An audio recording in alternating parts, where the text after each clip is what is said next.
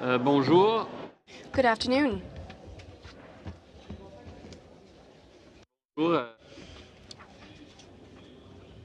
Hello again to all of the MPs who are sitting on this committee, and welcome to our witnesses for this afternoon. We have with us Leslie Seidel, Research Director at Canada's Changing Federal Community. And as individuals, we have Lara Leduc, Professor Emeritus at the University of Toronto, and Mr. Hugo Cyr, Dean at the Faculty of Political Science and Law at the Université du Québec à Montréal. If you would allow me, I will quickly review some of the accomplishments of our witnesses. Steidel is Research Director for the program Canada's Changing Federal Community at the Institute for Research on Public Policy, and a public policy consultant. He was also Senior Research Coordinator for the Royal Commission on Electoral Reform and Party Financing, and is author of Rethinking the Delivery of Public Services to Citizens, and numerous articles on immigration issues, electoral and constitutional reform, public management, and political finance. Professor Larry Leduc, as I mentioned, Professor Emeritus at the University of Toronto. His publications include Comparing Democracies, Dynasties and Interludes, The Politics of Direct Democracy, Absent Mandate, How Voters Change, and Political Choice in Canada, as well as numerous book chapters and articles in journals such as Electoral Studies, Party Politics, Political Science, and the Canadian Journal of Political Science.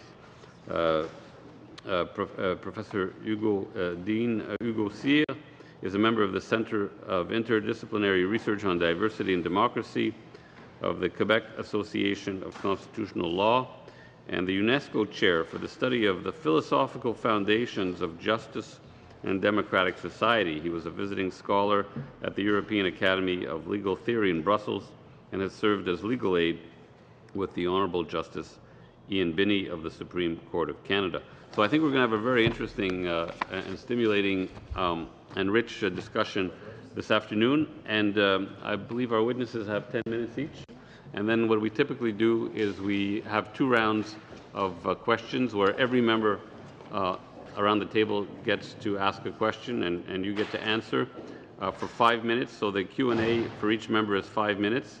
And then we do a second round in the same format. So without further ado, I guess we'll start with, if it's okay, we'll start with we're starting with Mr. Seidel. Oui, ça va? Yes, okay. Thank you. Thank you, Mr. Chair. I would like to thank the committee for its kind invitation to participate in its important work. I noticed that you are working hard this summer. I would first of all like to say a short introduction about the Institute for Research on Public Policy. Founded in 1972, the IRPP is an independent national bilingual not-for-profit organization. Although it publishes research that recommends changes to public policy, it does not weigh in on these issues. Therefore, the observations that I will offer today are my own and do not represent the IRPP's position. Mandate, I want to express a concern about a broad question that is not addressed in the mandate, namely, what is the overall objective that a new federal voting system would serve? What is the problem that is meant to be rectified? Put another way, how would Canada's democratic life be changed, one assumes for the better, by replacing the present voting system with another? To me, this question hasn't been answered, and I think it's front and center in the work you have in front of you. If you look a little further for an answer, you find in the Liberal Party platform from last year 3 sentences on electoral reform, one of which is the commitment that the next election will be the last one under the present electoral system. There's a heading before that sentence, and it says, "We will make every vote count." This doesn't take us very far. The Minister of Democratic Institutions has referred to the present voting system as antiquated, in quotes. By this, I assume she means it is no longer suitable for the purpose, rather like a piece of furniture that no longer goes with new decor in a room. But what is the purpose that the word antiquated is being linked to? Although political institutions need to be adapted to changing circumstances, and we have done this in Canada in many ways, including through our federal arrangements, I believe they should be assessed on criteria other than age. After all, continuity and stability are important virtues in democratic arrangements. Now, turning to your terms of reference, you are asked to study viable alternate voting systems to replace the present system and, in quotes, to assess the extent to which the options identified could advance the principles for electoral reform that are enumerated in the terms of reference. When I read them over, it seems to me, and I concluded this quite quickly, a logical impossibility for your committee to identify one alternative system that would serve all the principles equally well. But maybe you're not working to that end. After all, your terms of reference refer to options with an S, not a single option. But this leads me to my first main point today. There is a need to prioritize the principles that alternative electoral systems are meant to serve. If you present one alternative, you should know what that alternative is meaning to do. If you present more than one, the same argument follows for the other systems. I'm not going to prioritize those principles for you. I don't have time to do that. But I'm going to engage in a more modest exercise today, which begins by choosing two of them, rewording them slightly, which in my view should be given high priority. The first one is strengthening the representation and inclusion of Canada's diversity. The second is encouraging voter choice and participation. The first one concerns in part the representation of various groups within Canadian society. I'm not talking about party representation here because I know that my colleague will be covering that, and you've heard from or will be hearing from various people like Henry Milner and Dennis Pilon and so on. But the representation of groups is not a mere counting exercise. We look and we see how many visible minorities have been elected in comparison to the population. That's valid. But why do we do that? We do it because as the composition of a decision-making body changes, so do the decisions. So if we value responsiveness in decision-making, we should be concerned when certain groups are not well represented in our legislatures. Let's start with women and see how well they fare in this House and other legislatures elected under different systems. You have two tables that have been handed out. If you look at the first one, I'll make a few points. The first table is about gender representation, and we see that in the 4 countries with majoritarian systems, Canada, the United Kingdom, the US, and Australia, there's no example where women represent even 1/3 of the members of the lower house. So they're not doing very well there. In proportional and mixed systems, only a few of which I've included here, women are often better represented, sometimes significantly so, as in Sweden, where 44% of the national parliament are female. However, this is not always the case. I put in Hungary, not to be frivolous. Hungary is a democracy. It's having some problems at the moment, but nevertheless, it's part of the European Union, and it was once a vigorous democracy before it was part of the communist bloc and so on. But in Hungary, only 10% of the members are women, and that's a proportional system in Hungary as well. Taking the single transferable vote, there's only one major country that has that in its lower house. It's Ireland, and women are 22% there. So they're a bit lower than in Canada, a bit higher than in the US. Now, turning to the table 2 that I handed out, but still on the principle of representation and inclusion, here I've provided data on racial and Indigenous minorities in the 4 oldest Westminster-type democracies and the US. We can't look at PR systems in the same kind of detail, mostly because either we don't have data, such as in France, or there are no Indigenous peoples, or they're almost not significant, or they're not measured. So I've taken countries mostly like ours. In Canada, visible minorities are now quite well represented, 14% of MPs compared to 19% of the population. That's from the 2011 National Household Survey. This is considerably better than the UK, where non-whites are 13% of the population, but have only 6% of House seats. In Australia, contrast is even sharper, although the measure is a little bit different. 28% of the population was born outside of the country. Now, a large share of these people are non-white because of the source countries for Australian immigration. However, following the 2013 election, we don't yet have data for the last one, only 11% of MPs were born outside Australia, so almost 1-to-3 ratio there. Looking at Indigenous peoples, we have 3 examples there. New Zealand, only we have the Maori who are now, I need to look at the table myself. They are now 17% of the population, no, sorry, 14% of the population, but they have 18% of the seats in the House of Representatives. This is partly because there are designated seats in New Zealand for the Maori, and there are at the moment 5 of those seats. Now, looking at Australia, there's only one Indigenous member, and that member was elected in 2013, and in fact that was the first Aboriginally ever elected as a member of the Australian House of Representatives. In Canada, which I'm sure you're familiar with, we're doing relatively well, still not comparable to the population, 4.3% Indigenous, 3% of the House are now Indigenous members. And there's been progress, as with visible minorities, there was significant progress between the 2011 election and the very latest one. What does this tell us, what I've just run through? I'm sorry, I've had to go a little quickly. First of all, and this is the first of the 2 additional main points I want to leave with you, voting systems are not determinist. They are not a set of gears that turns this way and is always going to give you the same result if you put in the same kinds of inputs as you would in a factory. We see, just to take one example, PR is often associated with better representation of women, but this is not automatic, and I'll have a word about that when I conclude. Secondly, political party, and this one I really want to emphasize, political parties' rules and commitments, particularly at the candidate nomination stage, have an important influence on the representation of diversity, including women.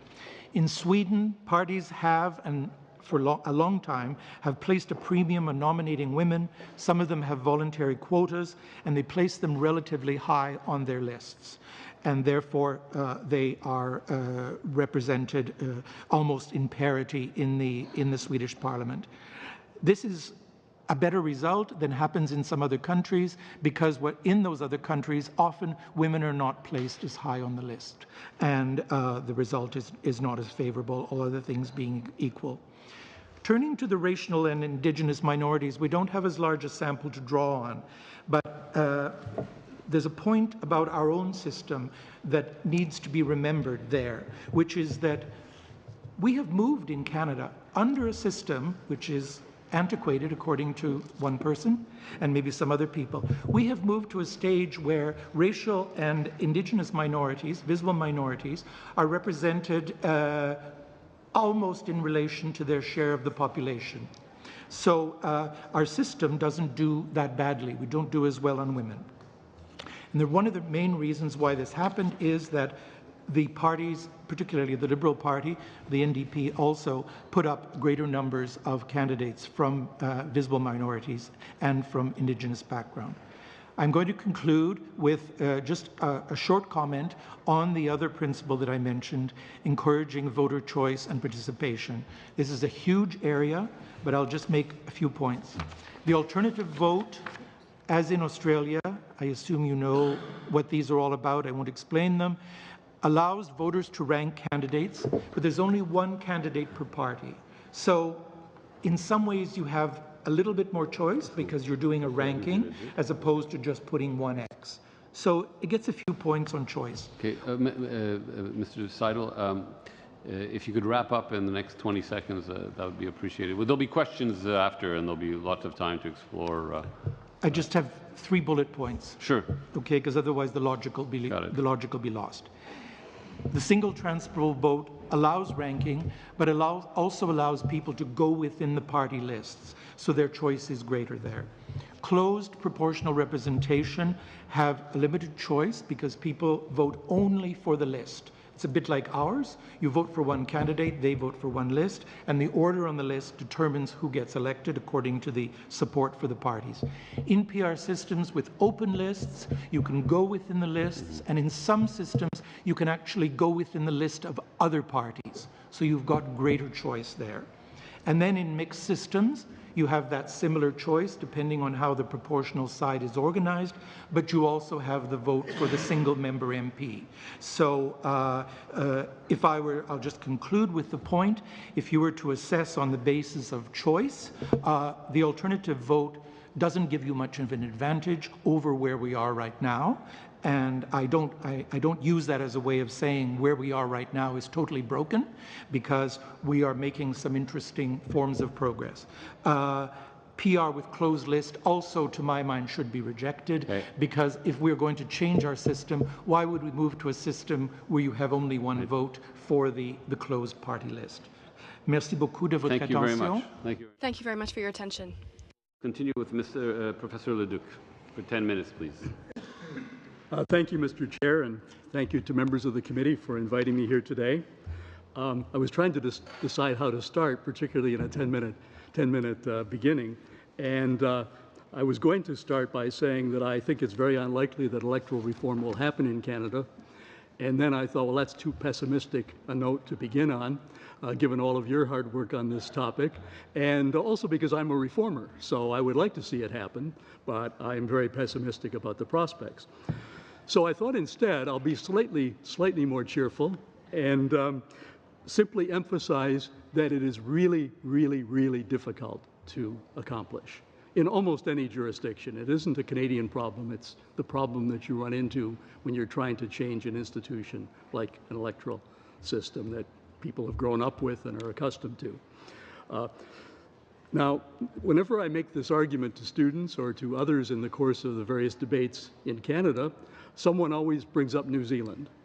And they say, well, New Zealand did it, why can't we? And I'm always happy when they bring up New Zealand, because usually they know a little bit about New Zealand, but not very much. Now, in New Zealand, it is a case study in electoral reform because they actually accomplished it. So it's important for us to know what they did and how they did it. It took them 9 years. It began with a government that came to power that boldly announced, the new Prime Minister boldly announced the end of first past the post. And then 9 years later, after 3 elections, a Royal Commission, a parliamentary committee, and 2 referendums on the topic, they accomplished it.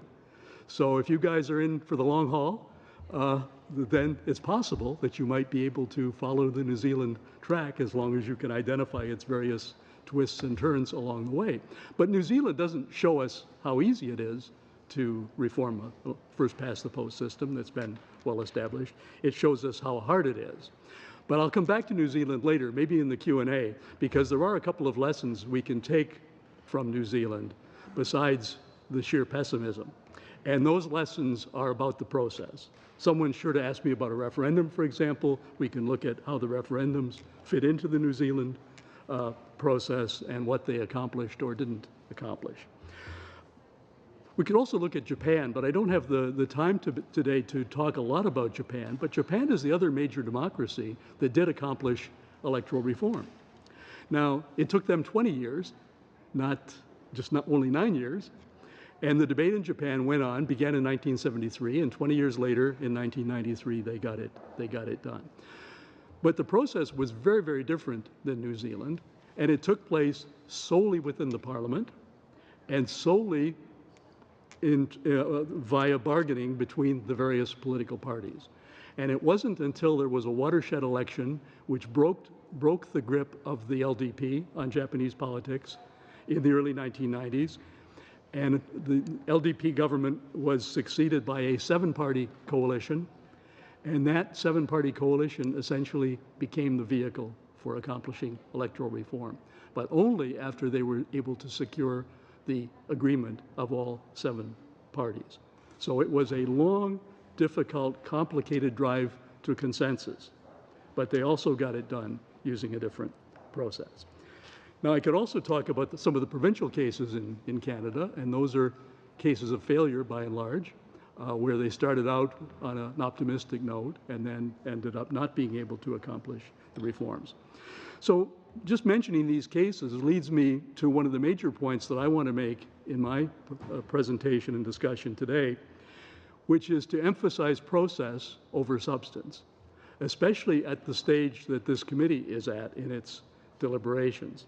Because there's a tendency in electoral reform debates, and I've seen this many times, for people to start with the system that they like or think they like. They say, oh, STV, that's pretty good. Or maybe we should have PR. Or what about MMP? Works nicely in Germany. So they're attracted to a model because they know something about that model and its virtues. And then they try to develop a process that would get you there. And the process, the preference drives the process. So people will say, well, this one might sell, or we might be able to get there by doing X and Y.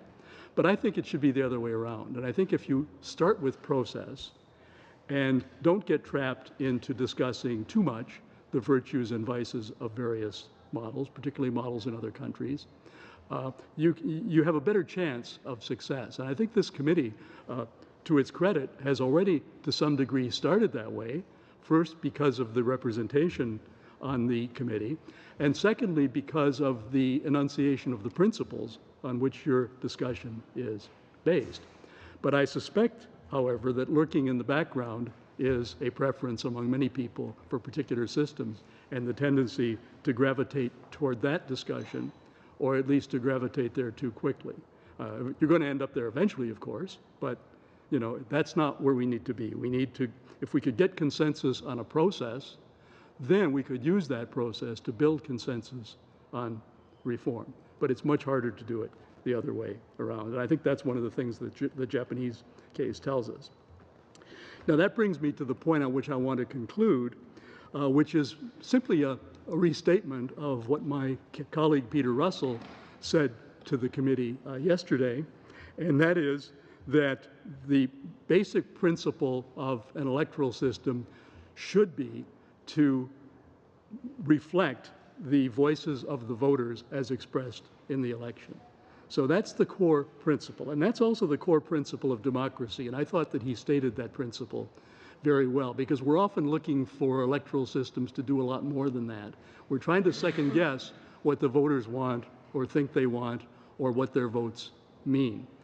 But if the election gives you a reading on what the voters have chosen or what their thinking is at the time of the election, and a system can then efficiently translate those voices into representation in the parliament, an election then is not just a one-day affair that chooses a government. It is a continuing process by which the voices of those voters continue to be reflected in the representative process. And I think that's the principle that I would stress the most. And it's partly why I will try to make a case, which I do in my brief. I'm not going to talk about the brief in this opening presentation, but I will be happy to talk about it later. And that's why in my brief, I make a case for list PR, because I believe that list PR is the system that most efficiently performs that core task of an electoral system. Also because it is the most widely used electoral system in the world, and therefore we ought to take a look at it. Why start with hybrid models or models that are not used very many places? Every time I get involved in one of these debates, I hear a lot about STV, for example. It seems to be a fascination of certain of my academic colleagues in particular, especially the ones from British Columbia. And there's nothing wrong with STV. STV is a very interesting model, but it's a largely theoretical model, and it's only used in Ireland and Malta. And I probably couldn't pick out two cases that are much more different than Canada than those two. So consequently, the problem with STV that I often have is that we don't have enough empirical evidence on it, how it might work in a geographically large multicultural society like Canada. But we have plenty of evidence on PR systems of other kinds because they're used in all kinds of different countries, large and small, east and west, and as the most widely used and also most adaptable electoral system. Adapting list PR is not just adapting someone else's or choosing someone else's electoral system.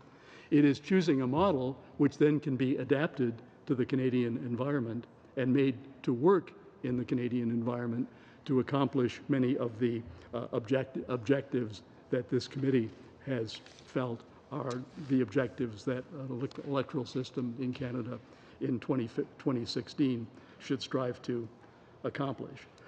I'm sure my friend and colleague Henry Milner already made the case for PR this morning because he's been making it for years. So I cite him many times in footnotes to things that I've written. So I won't restate what he has said, but I would certainly reinforce what I suspect he probably said, because I think that we have paid too little attention to the principles of list PR in the Canadian debates and too much attention to hybrid models, which are theoretically interesting, but not as proven in practice as many of the PR systems of Europe and elsewhere. I'll stop there. Thank you, Mr. Thank you very much, Professor Leduc, for that very interesting approach to the issue, which is actually, I think, one that we haven't really seen yet. So thank you for contributing to broadening our perspective. And we will now go to Professor Cyr, s'il vous plaît. Professor Cyr, please. Thank you very much. Thank you for this invitation. And yes, you're sitting in the middle of this hot summer, and it's very appreciated that you're working for all Canadians. The mandate of this special committee is to study electoral reform to replace the first past the post system that we have currently with a system that would increase the confidence among Canadians that their democratic will, as expressed by their votes, will be fairly translated, and that the proposed measures reduce distortion. The new system that will emerge from this reform process could result in more frequent minority or even coalition governments. A number of individuals have expressed the concern that this could encourage more frequent general elections and could lead to political instability. However, recent events in Scotland and Wales show that it is possible to modernize and streamline our parliamentary system while maintaining its intrinsic traditions and political stability. The parliaments of Scotland and Wales both elect members through a form of mixed member proportional representation known as the additional member system.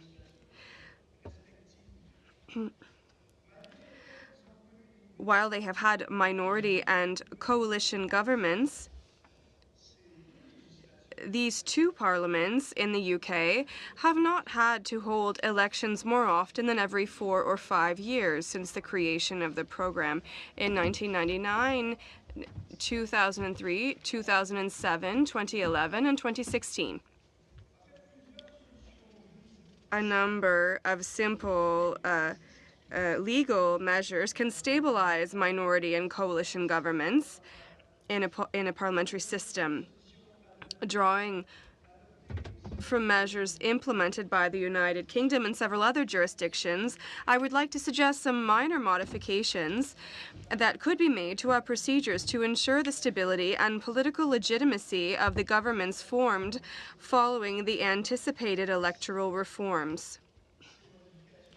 These changes would also have the benefit of increasing the clarity and transparency in the ways we work, and they would have pedagogical roles as well, because any changes to an electoral system could improve the public understanding of our election system, and then could also increase the role and the importance of MPs' roles and duties.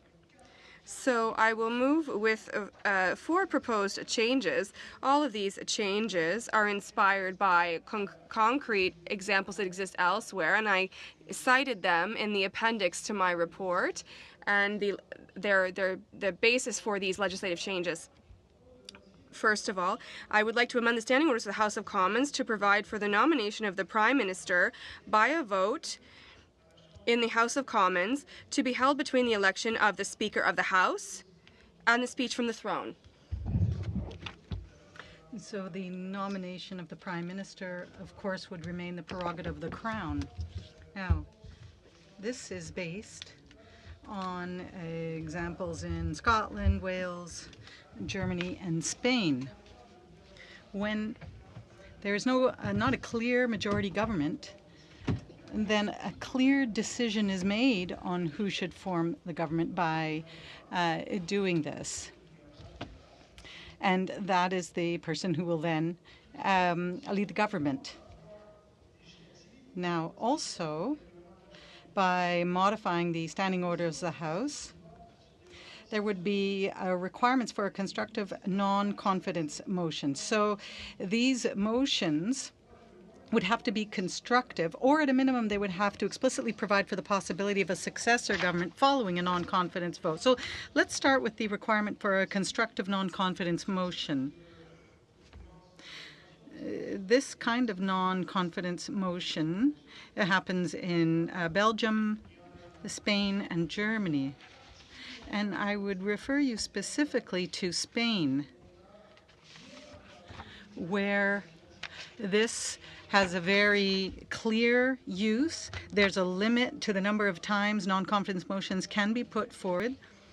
There is a period during which these motions can be tabled, and they are constructive, which means that when there is a vote to say that the Chamber has lost confidence in the House, it has to simultaneously provide a replacement government.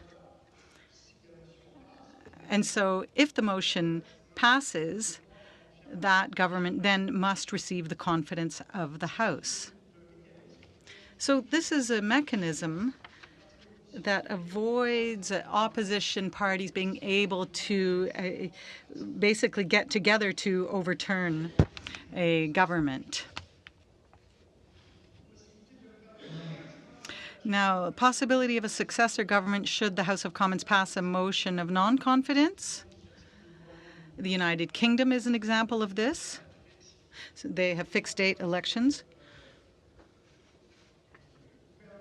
whereby if the government falls because of a non-confidence motion, then elections are only triggered 14 days later if there has been no resolution to this. That is to say, if that same government does receive the confidence of the House. Number 3, amend Section 56(1) of the Canada Elections Act to allow for the early dissolution of Parliament with the approval of 2/3 of the members of the House of Commons. So that increases the role of MPs. And once again, it's based on the example of the fixed date elections in the United Kingdom. And the purpose is to provide an extra lever on top of MPs. And the fourth proposal is basically the same thing that's applied for prorogation. So if you can dissolve Parliament, you should also be able to prorogue it. And this is the fourth proposal, which would amend the standing orders of the House of Commons so that asking for Parliament to be prorogued or dissolved by the Prime Minister without first obtaining the approval of the House of Commons automatically results in a loss of confidence in the Prime Minister. And therefore, the Governor-General would not be bound by the opinion of the Prime Minister, who would request that dissolution or prorogation without having received the approval of the House of Commons first. Now, under current standing orders of the House of Commons, it is specified that the election of the Speaker of the House is not an act of confidence. So the House is already able to decide in that confidence or not. In Quebec, the province of Quebec, there are very specific issues that are listed as being able to be the basis for a non-confidence motion. So that example already exists in one of the provinces. And in British legislation, there are also clear provisions for votes of non-confidence. So there would be that possibility then to look at what those preconditions would have to be if one, say, has a minority government and there is a request for prorogation or dissolution. There would be those conditions that would be basically stabilizing conditions. Now, for this reform to work, and for significant reform to work, there is a very important educational component, public education component. The majority of Canadians feel that they vote directly for their Prime Minister. Now, this has to be clarified. And I would suggest, based on examples in New Zealand and British and the United Kingdom, that this electoral reform process also be used to implement a cabinet manual, basically, that sets out the rules and expectations when it comes to, for example, prorogation, rules, conventions, and practices. I will wrap up because I see my time is running out. But we've seen in the United Kingdom and New Zealand how useful a cabinet manual can be. In 2010, there was not a majority government, but no one rushed to decide who that government would be in the media. It was up to the political parties to take the necessary time to negotiate amongst themselves who that government would be, rather than leave it up to the media to speculate and to decide from one day to the next who it was going to be and who the Prime Minister was going to be. And that is important from a democracy viewpoint. Thank you very much. And that launches our 2 rounds of questioning. And we'll begin with Ms. Saud. Thank you, Mr. Sear, Dr. Saddle, and Dr. Leduc for being here today. You guys all have excellent credentials and they're quite diverse, so I think we'll get some interesting discussion going. This question is for you, Dr. Leduc. You have suggested in your previous work that a referendum may not be the best way to engage citizens. Could you suggest some other ways in which we can properly engage people in this process? Yeah, I don't think I've said anything particularly negative about referendums per se. It depends on what you want out of a referendum. And one of the lessons that I wanted to try to draw out of the New Zealand case is the referendums, and they actually had 2 of them, were part of a larger process. And they came at different times, so the debate in New Zealand went on for a long time. Now, whether it would have been different with or without a referendum is hard to say. It's a counterfactual we can't really test. But a referendum, it could fit in somewhere. I think the model that's been proven not to work, not just on this issue, but on other kinds of constitutional or quasi-constitutional issues as well, as where a small group behind closed doors comes up with a proposal, then tosses it out there for the people to vote on, and in a 3 or 4 week campaign, it's usually possible to pretty much put an end to it. You've published a paper, have you not, on 12 different shortcomings or deficiencies that referendums have had or can have?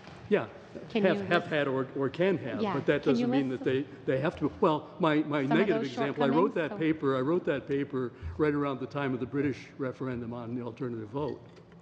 And you have to understand, first of all, the government's purpose, or at least the Conservative half of the government's purpose in that referendum was to basically defeat the proposal. That was their agenda. Secondly, the campaign was almost as chaotic as the Brexit campaign, loaded with disinformation. And I'll give you a little example. This is more of an anecdote, I guess, but says what I mean. At the beginning, day one, they tried to have some controls on the British campaign in 2011, spending controls as well as advertising controls and so on. So the campaign started on a particular date when then, the rules came into effect. So on day one of the campaign, the leader of the No campaign held a press conference, and she announced that they were against AV because it would cost £3 billion to implement it. And people had no idea what they were talking about. But the signal beginning of the campaign was not whether this was a good system or a bad system or desirable or an improvement or anything. It was rather of this out of left field assertion that it was going to be very expensive. Well then, they tried to figure this out over the next few days, and it turned out what she was saying was that they would need voting machines to implement it, and the purchase of voting machines for the whole country would be very, very expensive. Well, it took 3 weeks basically to get rid of that assertion, but the damage had already been done. So I wrote a piece on a blog at that time, before I wrote the paper that you referenced, which referred to that as the disinformation campaign.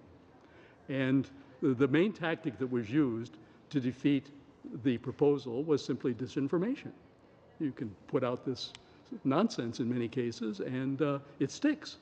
It sticks, and you don't have enough time to recover from it in a short campaign. So that's the kind of risk of a referendum, because you have to remember, and the piece I wrote that you quoted, and thank you for citing it, because the point I wanted to make is that referendums, to be effective as a democratic device, have to be more deliberative.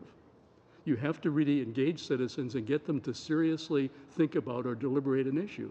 And that takes time, it takes information, it often takes a very extensive, publicly funded information campaign. But referendums are contests to win. When you get involved in a short referendum campaign, one side or the other is trying to win. And we saw that again with Brexit. Disinformation is the main vehicle. We're used to negative campaigning in elections. There's plenty of negative campaigning in referendums as well, and it's a very, very effective tactic. And if you're setting out to defeat a proposal, disinformation is one of your best tools. Thank you. So I tried to think about how to, limit that or prevent it if possible. Thank you very much. We'll go to Mr. Kenny. Thank you, Mr. Chair, and thank you to all three of our witnesses for being with us on this humid Ottawa day and for the wisdom that you're shedding on this very important subject. I was very pleased, particularly Professor Leduc, with your exhortation for us to focus on the process at the beginning and not rush into becoming partisans of our own preferred models, because you've given us historic precedent where that's gone wrong. As I read it, in most comparable jurisdictions, some of which you've cited, such as New Zealand, but also British Columbia and Ontario, to some extent Prince Edward Island, there was a more gradual and indirect process to arrive at a decision than what is being proposed here. As far as I understand it, what's being proposed is a parliamentary committee making a recommendation which may or may not be accepted by the cabinet, which will then put forward legislation, which seems to me rather preemptory as compared to the experience of other jurisdictions, and runs the risk of bypassing the kind of democratic consent and legitimacy that I think is broadly understood as necessary to pursue electoral reform. So I guess my question is, given the experience of yesterday, we had one witness testify that he felt, according to the Jeffreys test, there is now a constitutional convention in Canada requiring a referendum in order to endorse electoral reform. Professor Peter Russell said that, well, there's not, whether or not there's a constitutional convention is an abstract question, but it's a requirement in terms of political legitimacy. So could all three of the witnesses comment on those remarks that we heard yesterday? Want me to? Okay. Yeah, I'm not sure I would use the word requirement. Well, if it's a constitutional question, the constitutional lawyers are better qualified to comment on that than I am.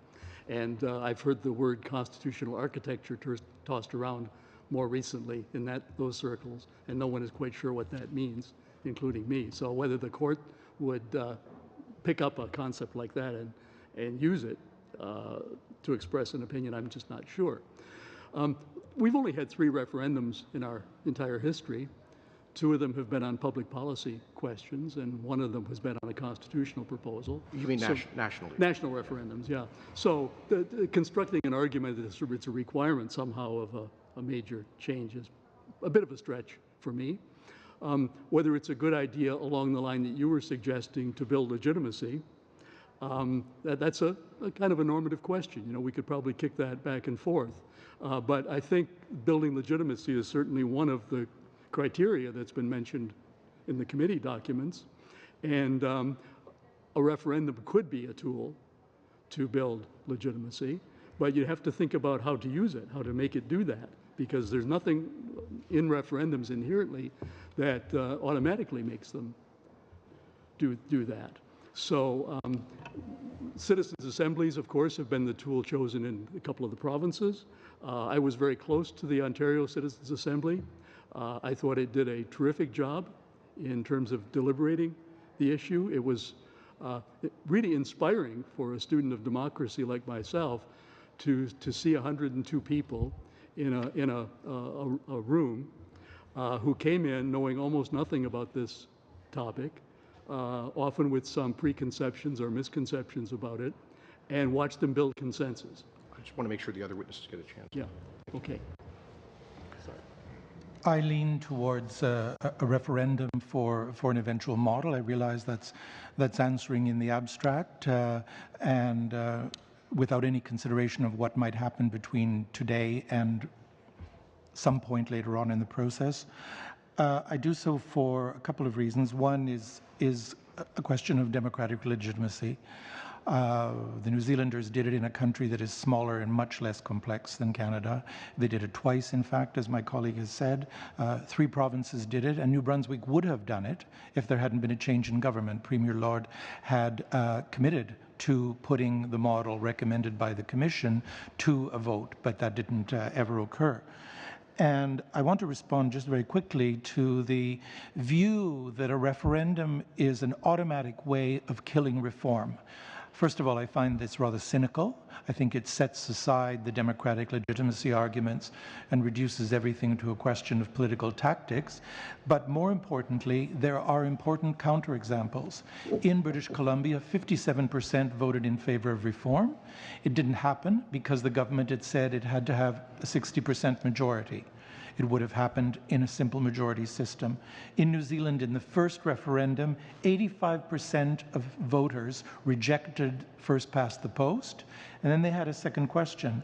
They had to choose from 4 options, and 70% chose mixed member proportional, which was the system that was eventually implemented in New Zealand. Thank you. And just to finish up, I reiterate Professor Leduc's comment that you cannot divorce a referendum from a public education campaign. And in BC, they did quite well in that regard. In some other jurisdictions, not so well, including in Ontario. Go to Mr. Cullen now. Thank you.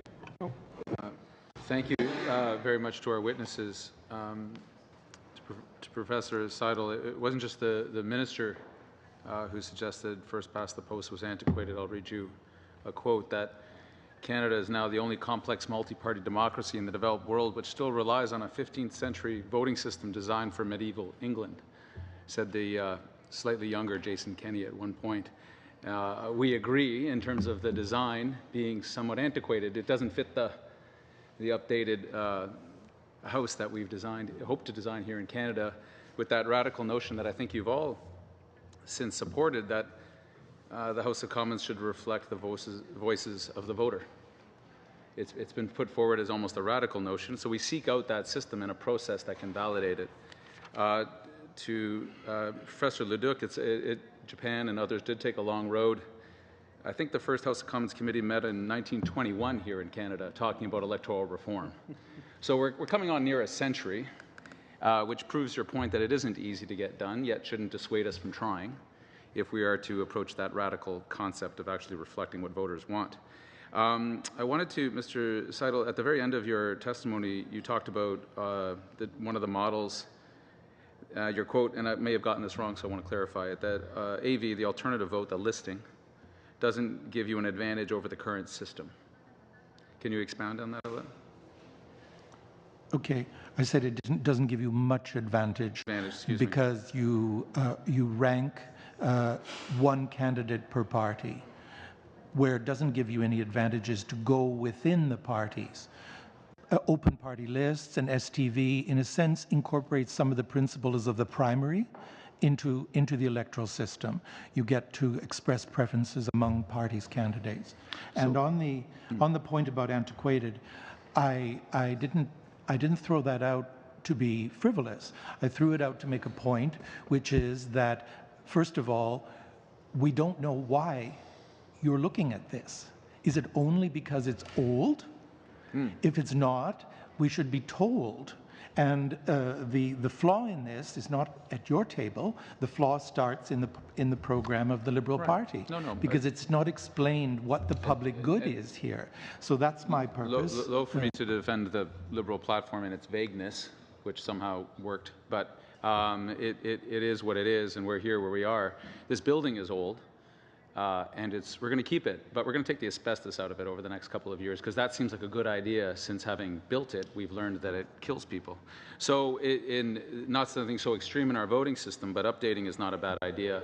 To Mr. Cyr, you've approached the question of stability. I would suggest that in your comments and your recommendations, you're also talking about accountability. You've made very explicit suggestions that we should make it more difficult for the government of the day to game the system. By game the system, I mean using tactics like prorogation to avoid a confidence motion, as a previous Conservative government did. Is this to build confidence in any electoral system that would lead to more sharing of power, lead to more minority parliaments? Is that your effort? The reason why I mentioned these elements was that oftentimes when there are criticism or fears dealing with a reform system, electoral system, so oftentimes there are fears that there will be minority government or coalition governments that will make it less stable. And all the suggestions that I'm putting up in this report, in this brief, are meant to find ways for the elected officials to maintain and ensure a stability of the institutions. So whatever happened in the past, s'il y a, par exemple, un mécanisme qui fait en sorte... So, for example, if a majority is necessary in order to be able to dissolve Parliament, if we need that sort of mechanism, then you're ensuring stability by requiring that. So the purpose is to really take a close look at what mechanisms are necessary in order to ensure stability, regardless of what the electoral system is. We need to ensure the stability of the government, minority, majority, coalition. Recognize and have heard testimony there's a general resistance to change amongst people. This is not a uniquely Canadian event. Yet we've also heard testimony that the productivity of governments that we have had, even under our system, have been quite good under minority situations. The policies that come forward, the institutions that have been enduring have come out of these. Is there anything to fear out of any system that leads to a greater chance of these similar minority parliaments in which power is not the exclusivity of one party? I think we'll have to defer the answer to another opportunity. But we'll go to Mr. Thériault. Oui. Yes. Thank you. I've said many times to witnesses that panels like yours and like the others are so inspiring. I have so many questions and so little time. Mr. Leduc, you said that your concern regarding a referendum is that there might be misleading arguments that are made, But if you look at the 2007 election in Quebec and Mario Dumont and the Caisse de dépôt, he spoke about these $40 billion that would be lost and the economy would be lost, etc. And he was saying economy first. Well, he was perhaps right, except that he was treated like a clown. He was right, though. $40 billion was burning up. He lost the election. And what I'm trying to say by this is that if we have a process that allows for an education campaign as well, an awareness campaign as well, then maybe it would be possible to have a legitimate process. Why are we doing this? Well, we're not doing this for the political parties. We're not doing this for academics, for some sort of exclusive club. We're not doing it for ourselves. We're doing it for the people. And when you change the democratic rules, then, and when citizens feel like they're a part of change, well, that can have positive repercussions in the future. And it can have a positive impact on government stability. That's my preamble, but I'd like to hear what you think. So I'm talking about legitimacy, but I'm talking about what we need to do to really have an outcome that is clear for the population. And we need to take the time required. It doesn't matter if it takes over 100 years. It doesn't matter if something's been working for 200 years. We need to take the time to take a close look. And here we're being told, well, hurry up, hurry up. We've been talking about this for a long time. Well, let's just take a minute and think about that. No one in the street is saying that they absolutely have to have a different model right now. We have to take the time to do this properly, and I'd like to hear what you think about that.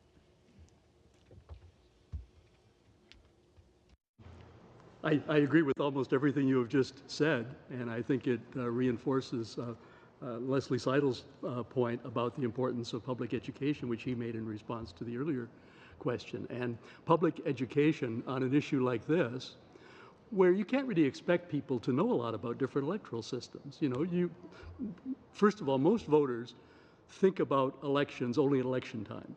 They aren't like people like me who are talking about them and writing about them all the time, or people like you who are living the life of politics.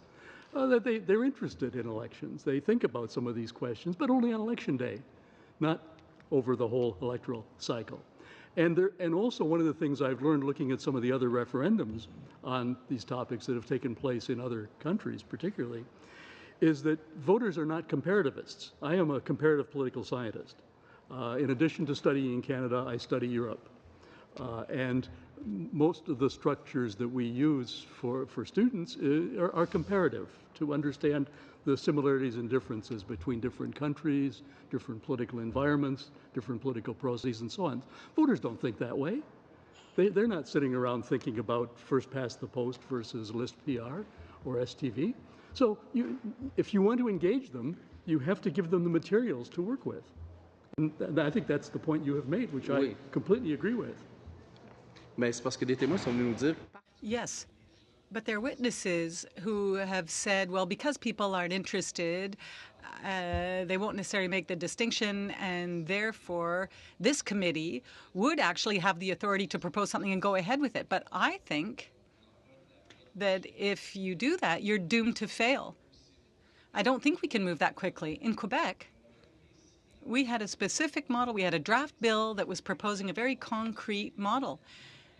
And now we're going to consult Canadians across the land with nothing specific to propose.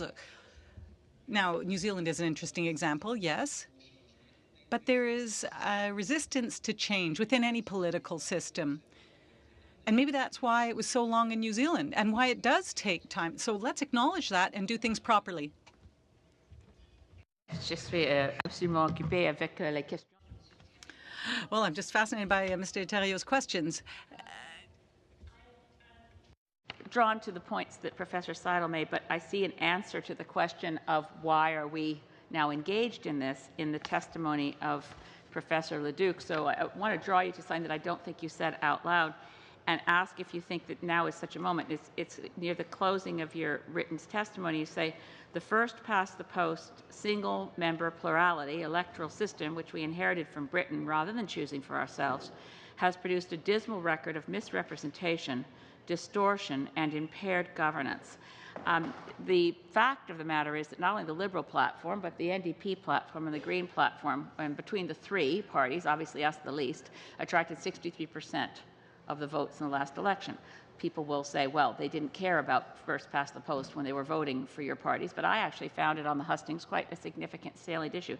Do you think that having campaigned, or not campaigned, you're an academic, you've studied it, being someone who calls for electoral reform, do we need to start actually with explaining first past the post and why it is an unacceptable system in a modern democracy?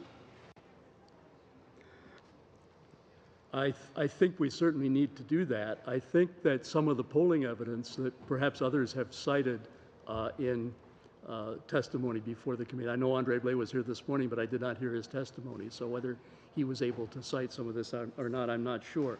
But I think some of the reservations that people have about elections in Canada and the way they are conducted touches on that point.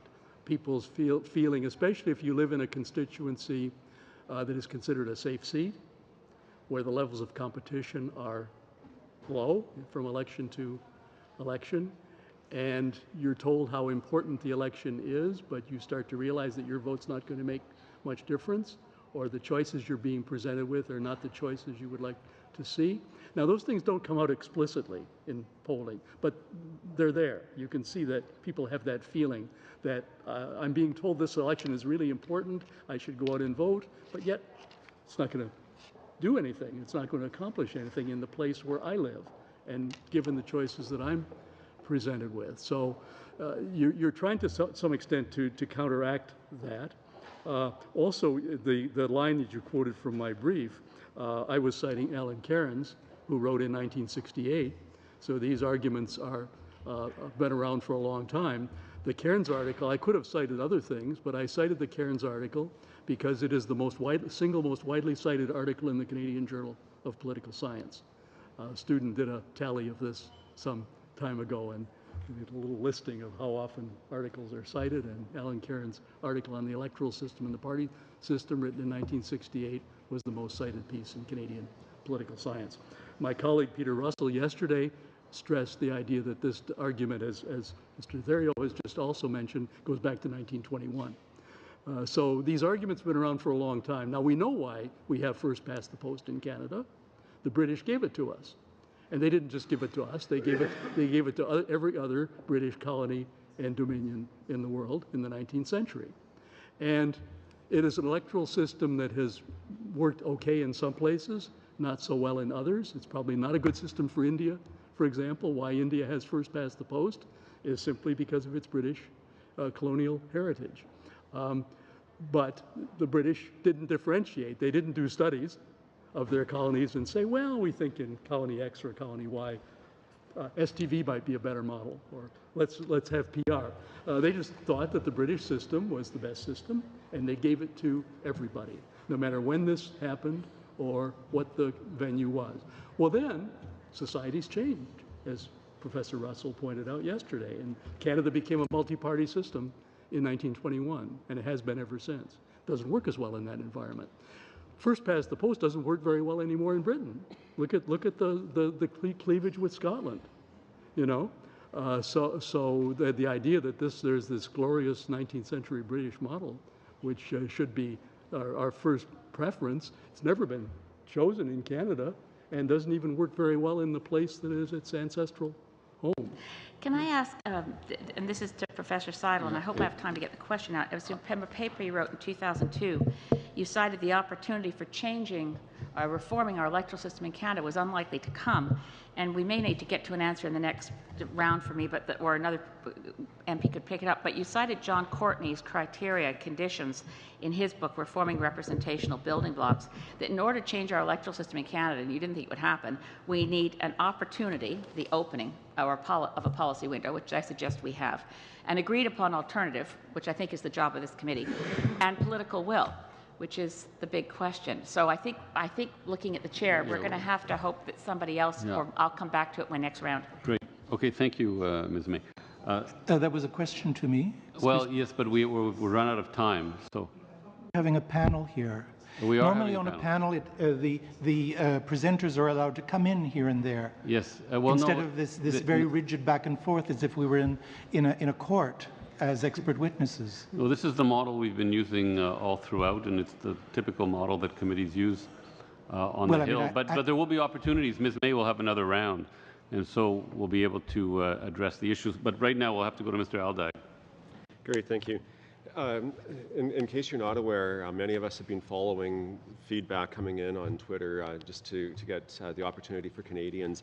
And Professor Leduc, one of the things, there's been a bit of interest in the list PR system that you put forward. And so I have some questions and comments I'd like to get your thoughts on. And in no particular order, some of the feedback that's come in is, why do you feel this is appropriate? There was a comment that this seems to work well in Denmark, but would it apply in Canada? Another one is that this seems to be the system used in Spain, and yet, 6 months after their first election, they've had, I think, 2 elections and still no government. So what are the strengths or shortcomings of the system, and how would that work in Canada? And the other one was, are you talking open or closed list? So that's a bunch of things there, but maybe, if you want to tackle any of those in the limited time that we have.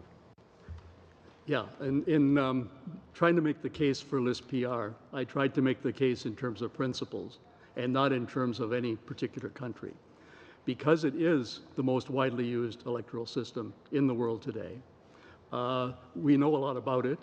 There is plenty of empirical evidence in different countries, different societies. We don't just have to look at Denmark. Now, Denmark has among the highest voting turnout in the world, so if you're looking at turnout, you could say, well, Denmark's been pretty successful with it, but we don't just have to look at Denmark or Spain or any other country. And what I tend to like about list PR is not only that there is a mountain of evidence for it drawn from different places, but that it is a very flexible and adaptable system. In other words, you can construct a Canadian model of list PR that might be quite unlike the exact model used in any other country, but would be designed for the Canadian environment. Now, I don't try to do that in a 2,500-word brief, but I could do it.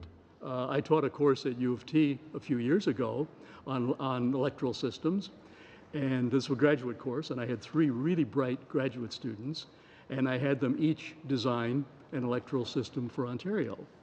And they took, one was list PR, one was STV, and one was MMP.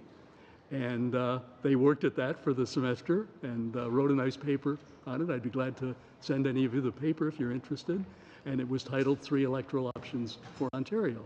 And so, the point was not that we are adopting the Swedish system or we're adopting the Spanish system. The point was, can we take the principles based on the evidence from a number of different places, not just one country, and apply that to a Canadian environment and get the kind of representation in Canada that we think we should have, and the kind of responsiveness to voters that we think a parliamentary system should provide on an ongoing basis, not just on election day.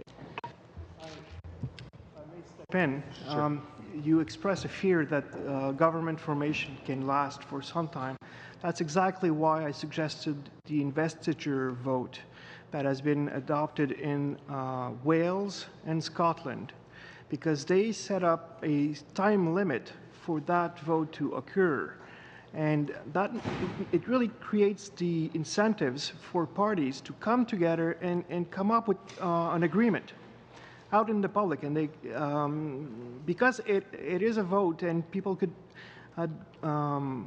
enter into the House and give speeches and explain why they're going to support this or that coalition or this or that party to form the government, it makes things transparent for everyone.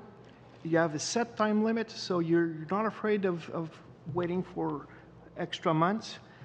And the people understand that it's the House that actually gives confidence to the government and not the government that has to give confidence to the House, which is quite something. Thank you. I? You have about a minute. Okay. Well, within that, I will say that on the point about the work that your students had done, and if anybody has any additional information, you are allowed to and invited, in fact, to send that information to us through the clerk's office. So I simply throw that out there. And with that, I'll move on to the next person. Thank you, Mr. Aldag. Mr. Delta. Monsieur le Président, messieurs, soyez. Thank you, Mr. Chair. Gentlemen, welcome to the Parliament of Canada. I know that for some of you, it might be more interesting to have direct discussions, but we are a number of people and we have dozens of experts to meet, and we need to do this in an ordered way. And I would like to congratulate you on your chairing of the committee, Mr. Chair. You're doing a good job. And you will have, gentlemen, you'll have all the time needed to express your views with the leader of the Green Party. The quality of the discussions that we're having today is a testament to the fact that we have good witnesses, and I would remind you that the committee is Way of doing electoral reform, the Honourable Stéphane Dion. So I wish that everybody will understand that everybody will win if Mr. Dion can be a witness in this committee. Tout à l'heure, mon collègue du Bloc...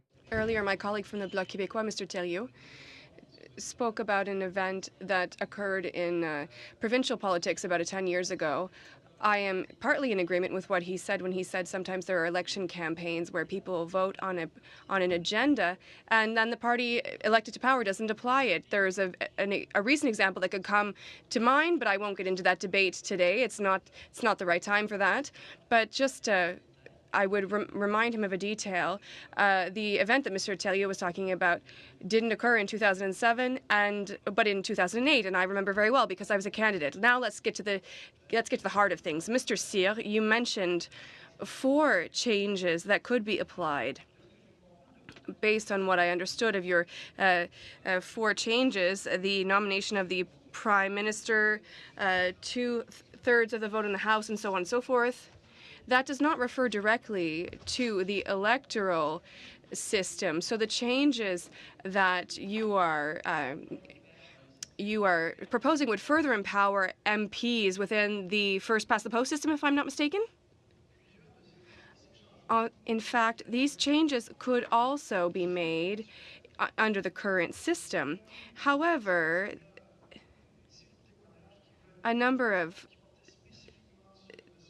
pieces of testimony dealt particularly with the election system. And as I teach my students, the electoral system is not something that is abstract and that can be looked at in a vacuum. It is in a much broader ecosystem that includes forming government, the relationship between the legislative and executive bodies, and what I wanted to draw attention to particularly are the consequences and how we can stabilize the situation if the electoral system that we choose would reproduce more frequently than what we currently do minority governments or majority governments. And that is why I drew from my expertise.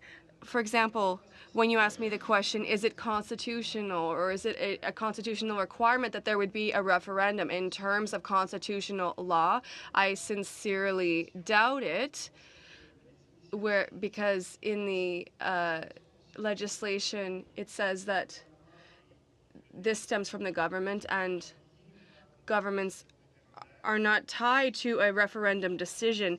Is there a constitutional convention that requires a referendum? I doubt it, because there are 3 components. There's the practice, a raison d'être, and the acceptance of the stakeholders who are bound to this practice. And the third element, a reminder of, but this isn't any clearer than that. People who are tied to the practice of this electoral system are the voters themselves, so they are directly involved in this, and the conclusion is therefore that they need to be consulted through a referendum. The reason why I highlighted this point is that There is no requirement under constitutional law. It is not a requirement under the Constitutional Convention. But my expertise is not on what is politically timely or appropriate given the circumstances. My expertise stops there, and it is up to you to determine that. I salute your work. Thank you, Mr. Delta and Mr. Cyr. And now it is Ms. Romanato's turn. Thank you, Mr. Chair. Thank you to our witnesses for your participation today and for your presentations. Comment that was made that we don't know what the problem is. And I'm just going to throw it out there. There's a reason why this committee was struck. Canadians feel that their vote doesn't count. And I'm just going to clarify, because yesterday a witness told me, yes, votes are counted. That's not what I'm saying, that their voice doesn't count, that what they were intending to do at the polls is not reflective in who actually represents them. That's the problem. There are other issues that we're facing. We're facing issues of low voter turnout. We have had an increase in the past election, which we're very delighted about, but we have that issue to address. Now, electoral reform doesn't just talk about the actual voting system, but other issues as well, as you have highlighted. You've said there are other problems that we need to address, and that's why we're looking at, would mandatory voting be an issue, would online voting, and so on and so forth. So my question is actually in relation to Professor Seidel. You mentioned in your documentation that regardless of the voting system, that there doesn't seem to be, the voting system chosen doesn't seem to address the underrepresentation of women and or visible minorities, Indigenous people in office. And so I appreciate giving this, because we have received alternative testimony saying that there is a correlation between the voting system selected and the number of people in these underrepresented groups actually sitting in Parliament. So I want to thank you for that. What I do want to know is, in terms of the systems that we are looking at, we've heard about list PR, we've heard about the current system, first past the post. In your opinion, what voting system would address the issue, the problem that I just asked about Canadians not feeling that their vote does not count? So if you can give me, in your opinion, all three of you, which system you feel would address that specific problem. Thank you. Well, the question of whether your voice doesn't count or counts is broader than the translation of the results of the election into the seats in the House of Commons. You also need to look at the whole question of governance. And one of the advantages of a proportional or a mixed system is, and particularly in the Canadian context, we would be in perpetual minority government. Now, whether we could learn to live in a culture of coalition government is an open question. Our history shows that we might, under most systems of PR, often end up with liberal and minority coalition possibilities. Whether they could work it out in that way. We had an example in 72-74 where, without a coalition, but with agreements between the Liberal and the NDP party, some important things were done, including limiting expenses in election. But the issue is broader than just whether 40% of the votes ends up in 40% of the House of Commons. I think any system should bring us fairly close to that. We shouldn't have huge discrepancies. For example, in 1980, the Liberals had about 22% of the vote in Western Canada, and they elected 2 MPs. That's not a good result. And that was, at that time, there was a lot of discussion.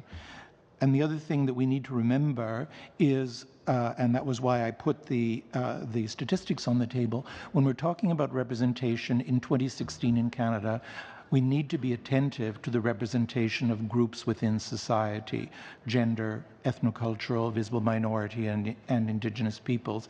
And I didn't say that there was no relation between systems in these groups. I said that you can find counterexamples. Our present system, the result for Aboriginal people and for visible minorities is not a bad result. So that should be taken into account. And that's because of what parties do and because of their candidate nominations and the increasing numbers over time. It doesn't have anything to do with the system as such because it's been stable. Okay, we're out of time, unfortunately. Yeah. I know it goes quickly. Madame Boucher.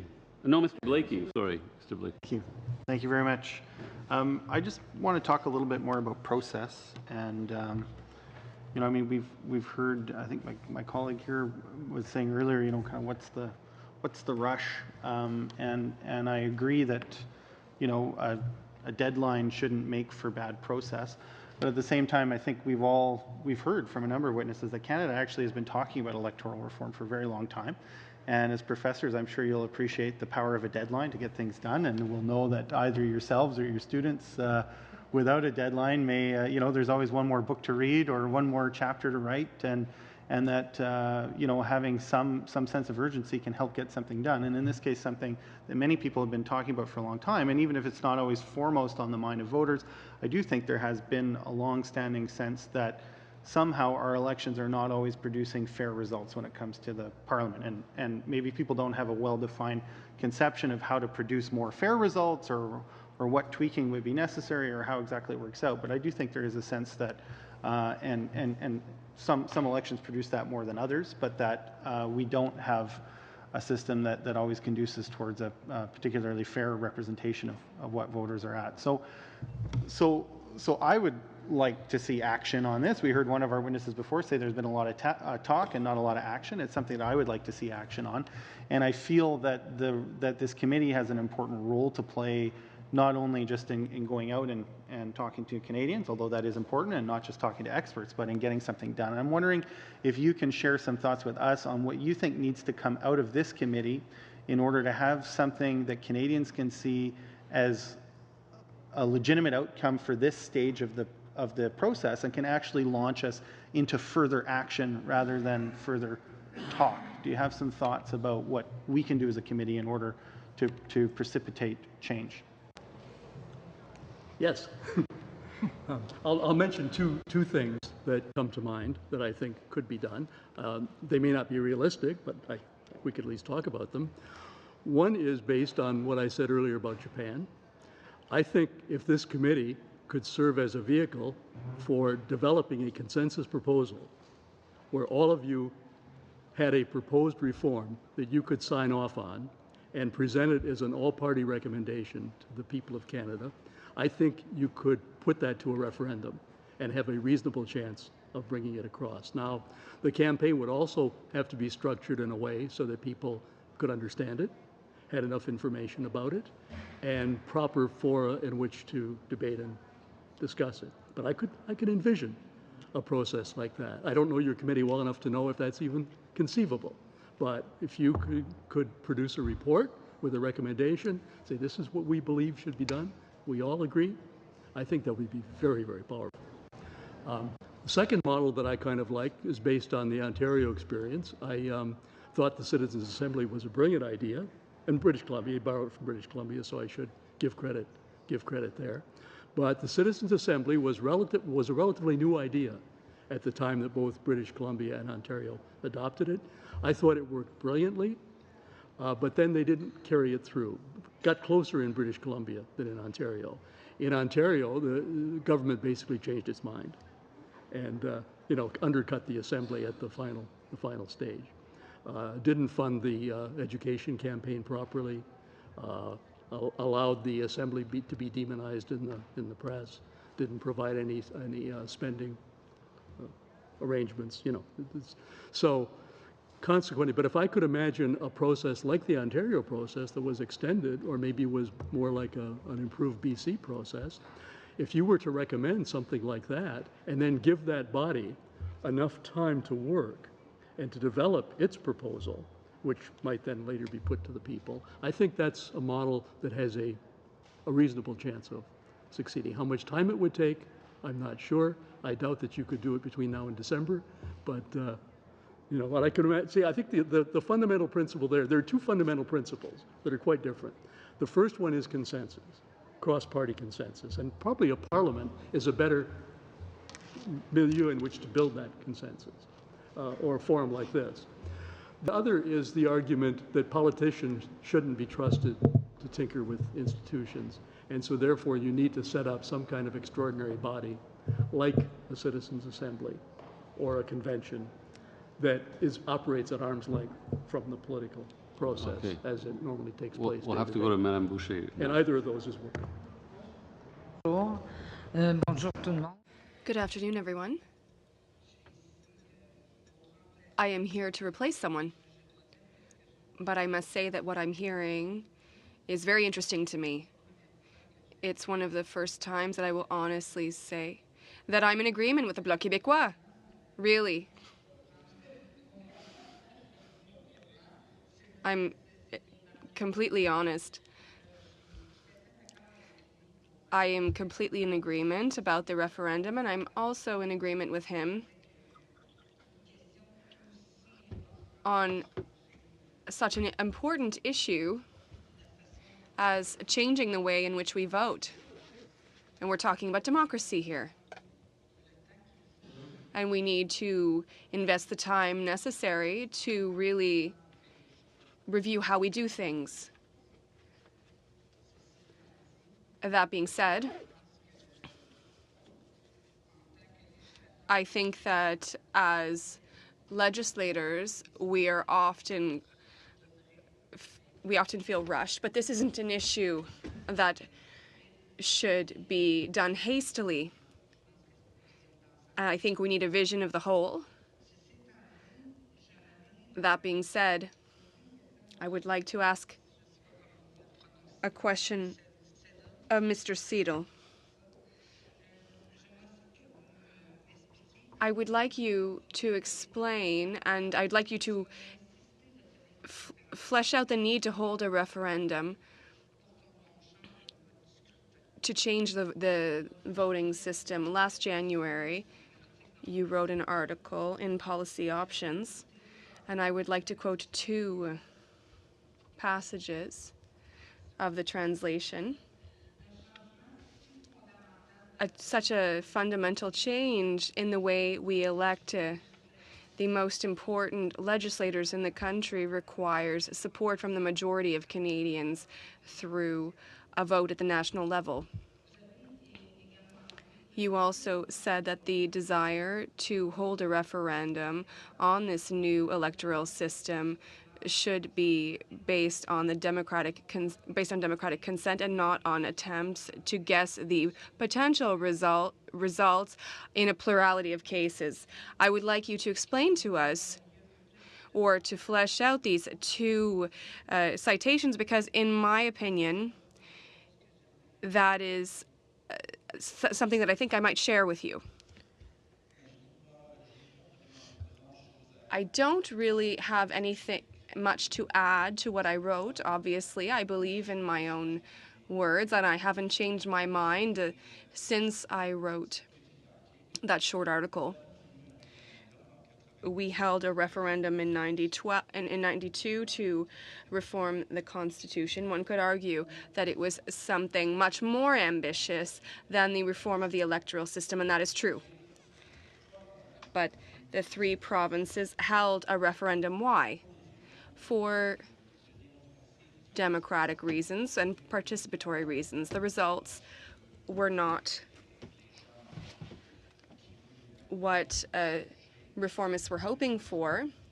The result in BC was applaudable, and that was why this government set a threshold of 60%. But I would like to come back to the previous issue to tailor my answer to your question. What should this committee do to advance the process? In your mandate, you are not required to reach a consensus, to recommend one option. and I am slightly in disagreement with my colleague based on everything I know of the party's positions. I see the objective of attaining a consensus model with the modalities explained. Well, I see that as quite unlikely. I don't want to give the impression that I'm cynical, but rather I am a realist. Now, you could still submit a report with 2 or 3 options that you find are the most promising ones. And then the government could develop this sort of educational process, a process of debate that would really enrich Canadians' knowledge. But the condition would be that the government drop any sort of date for the next elections under a new system. Mr. Méran said that we need 2 years for a new system. Now, if there's going to be a referendum and you want the next elections to take place under that new system, it won't work. So a new process could be developed with more opportunities for debate, and then the referendum could be held at a later date for the next elections, and it wouldn't be any more costly. Mr. de Courcy, 5 minutes. Thank you very much, Mr. Chairman. And thank you to our 3 witnesses for their opening remarks today.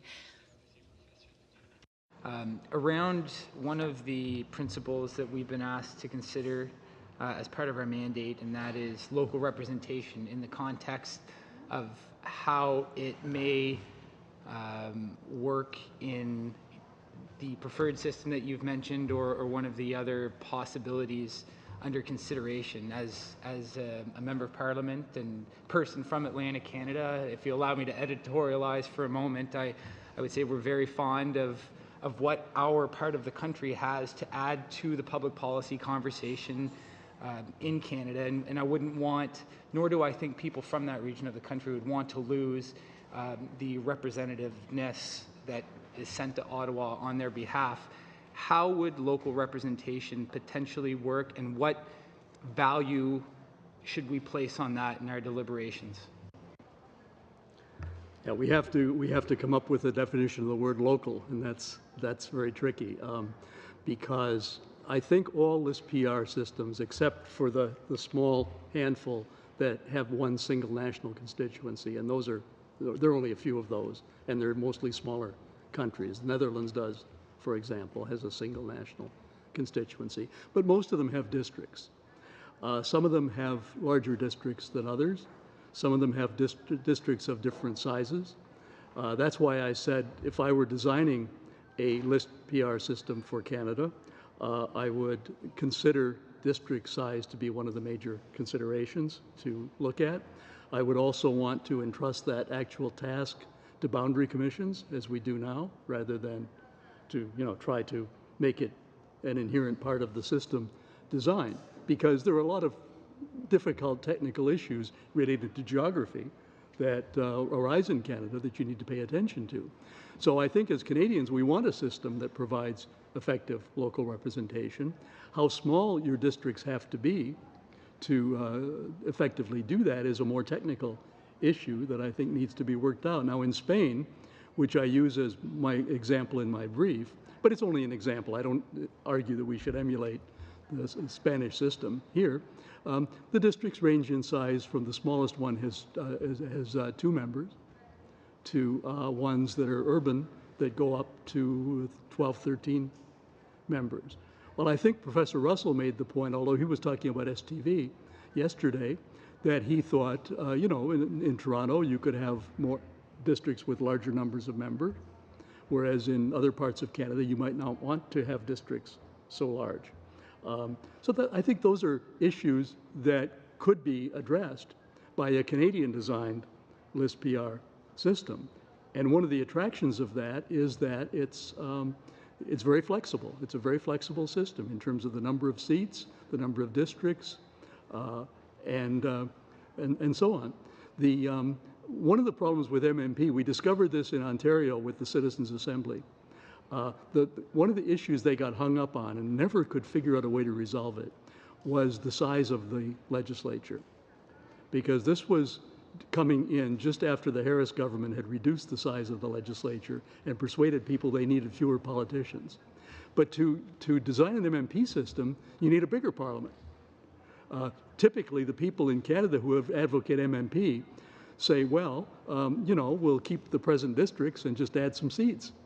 Well, how many do you need to add to make it truly proportional? Quite a lot. In Germany, it's not coincidental that Germany has a 600-member parliament, because half the seats are district seats and half the seats are list seats. Well, in list PR, you could keep a parliament of about the same size as it is now, and then vary the district magnitude as necessary across the country, depending on which province we're talking about or which geographic area. There'd still be some large districts, and some people might not like that. But I think that's an area where you have a lot of flexibility in the design. You have much less flexibility under some other models. And maybe with the time remaining, 30 seconds. 30 seconds quickly, the value that our political culture places on local representation and how we should move forward, keeping that in mind, perhaps our other two panelists. That's precisely why I referred to the examples of Wales and Scotland, because they wanted to maintain that tradition of having local people being elected there, but as well as having a part of the seats are given according to the proportion of the votes they get. So that's why they have a mixed proportional representation system in both cases, and because of the size of those populations. Okay, well, we'll start the second round with Ms. Sahota. Thank you. I'm going to go back to my original question. There was a portion of the question that didn't, it's been answered in pieces with other questions, but about engagement. I know we've talked about the citizens' assemblies. What are other, I think that's a great idea. I got the privilege of sitting next to somebody who was a part of the 102 people in the Ontario Citizens' Assembly just coincidentally about a month ago, and we started talking, and it was, very interesting to hear his perspective, although he doesn't remember a whole lot anymore from what happened at that time. What are other ways this committee can engage people? The process that we are currently undertaking right now, the process is very important to us, and you've recognized it as being an important process before. If we were to end up in a referendum or not to, or if we were to implement a system and then go into a referendum 2 years, years later, whatever we do, what do we do now to make sure that the people are engaged before we change our system potentially? Yeah, it's a very difficult question. I'll go back to the original point you made, which was about deliberation. We need to find a process to really do that is more deliberative. Polling doesn't generally do it because you're asking a question that people often don't understand, or the question wording shapes the answers. The Citizens' Assembly was a mechanism for creating a deliberative body that could discuss, and then, because it was a microcosm of the larger electorate, had some legitimacy in terms of what it represented, even though it wasn't an elected body. There is a mechanism called deliberative polling, which I was going to mention. It hasn't been used all that much in Canada, but it's more feasible now with the increasing use of the internet in polling. So if you were to draw samples the way you do for ordinary public opinion polls, and then extend them by having people online deliberate the issue and exchange thoughts about it, the technology is there to do that. There are several good books in the U.S. written on deliberative polling, and it's been used in various places, but it's been a little different model than an internet-based model. But I could see some of the principles in that being extended, because polls do have some credibility if the sampling is done right. And if you could get a sample that was not just an instant snapshot of answers to a question, but was based on some kind of built-in deliberative process that took place over a period of time, I think that's a possibility that we might be look at. Someone closer to the polling industry than I am might have better advice on that than I would. You could also, but this the budget that has been allocated to this process wouldn't allow for it, I don't think, but budgets can be increased.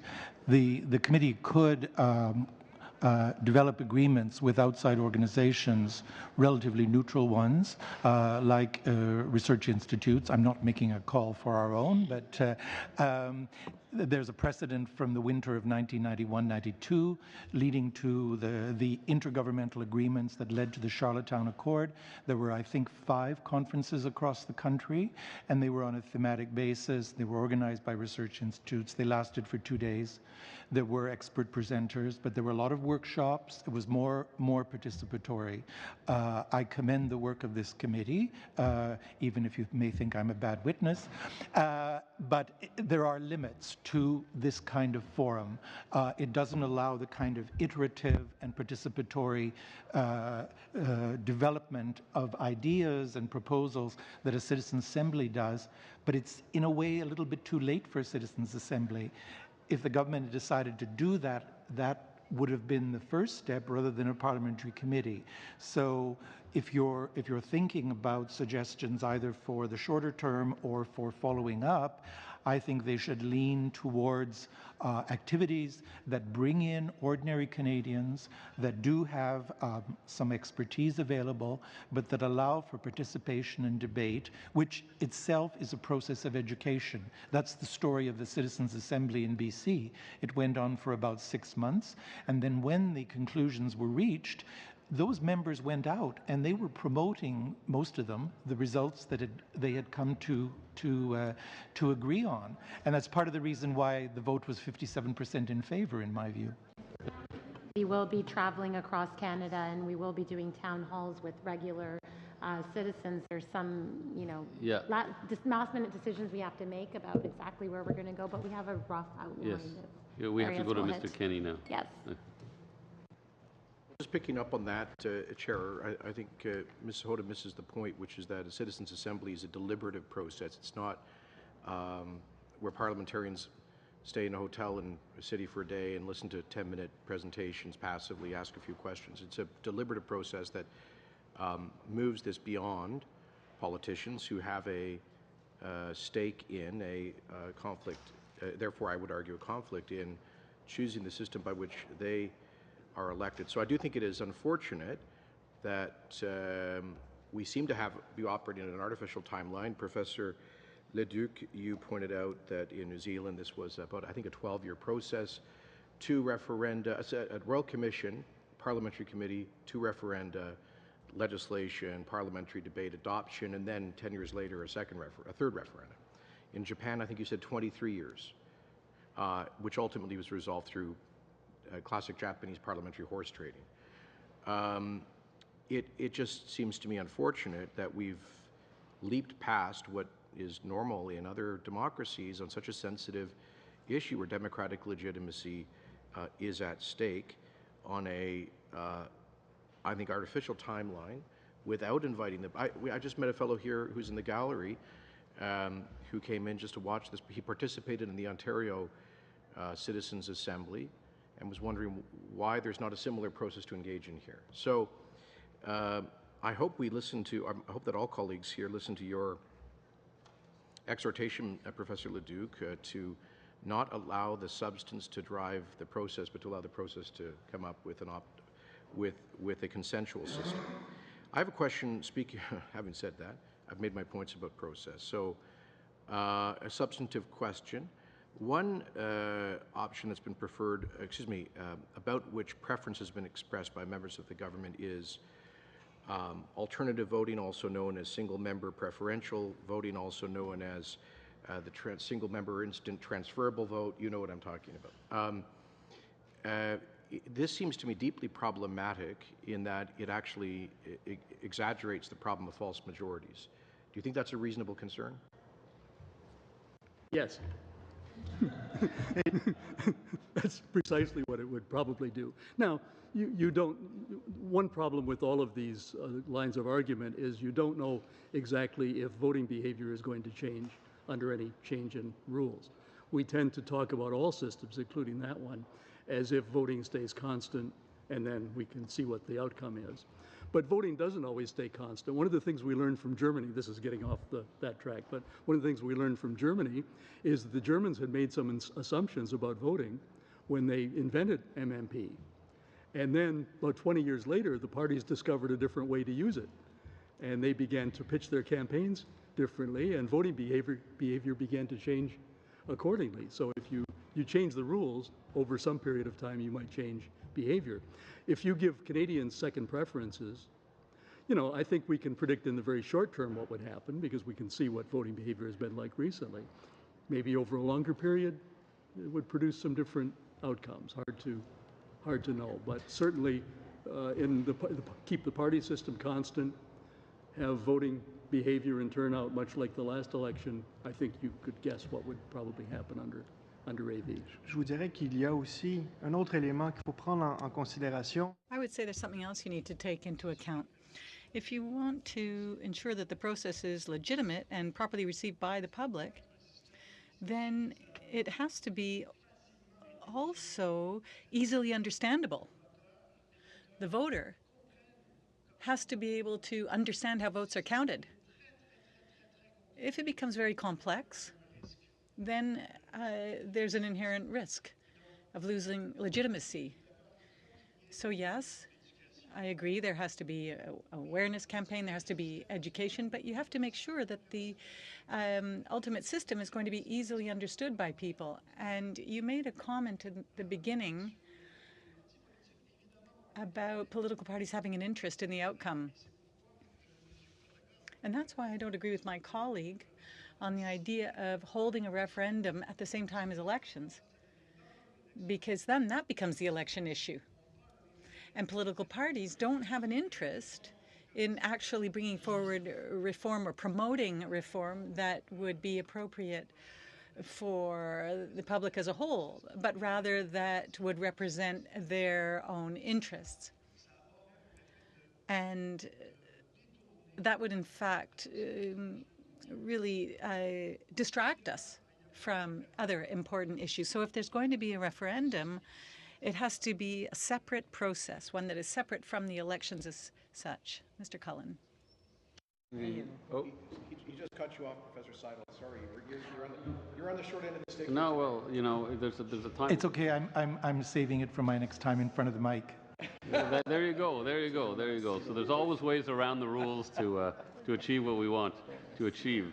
Mr. Cullen. Yeah, to follow up on Mr. Kenny's point, we had actually suggested a form of a citizens' assembly back in February when this process was being discussed, because the question of legitimacy, I think, has been raised by all of our witnesses and others.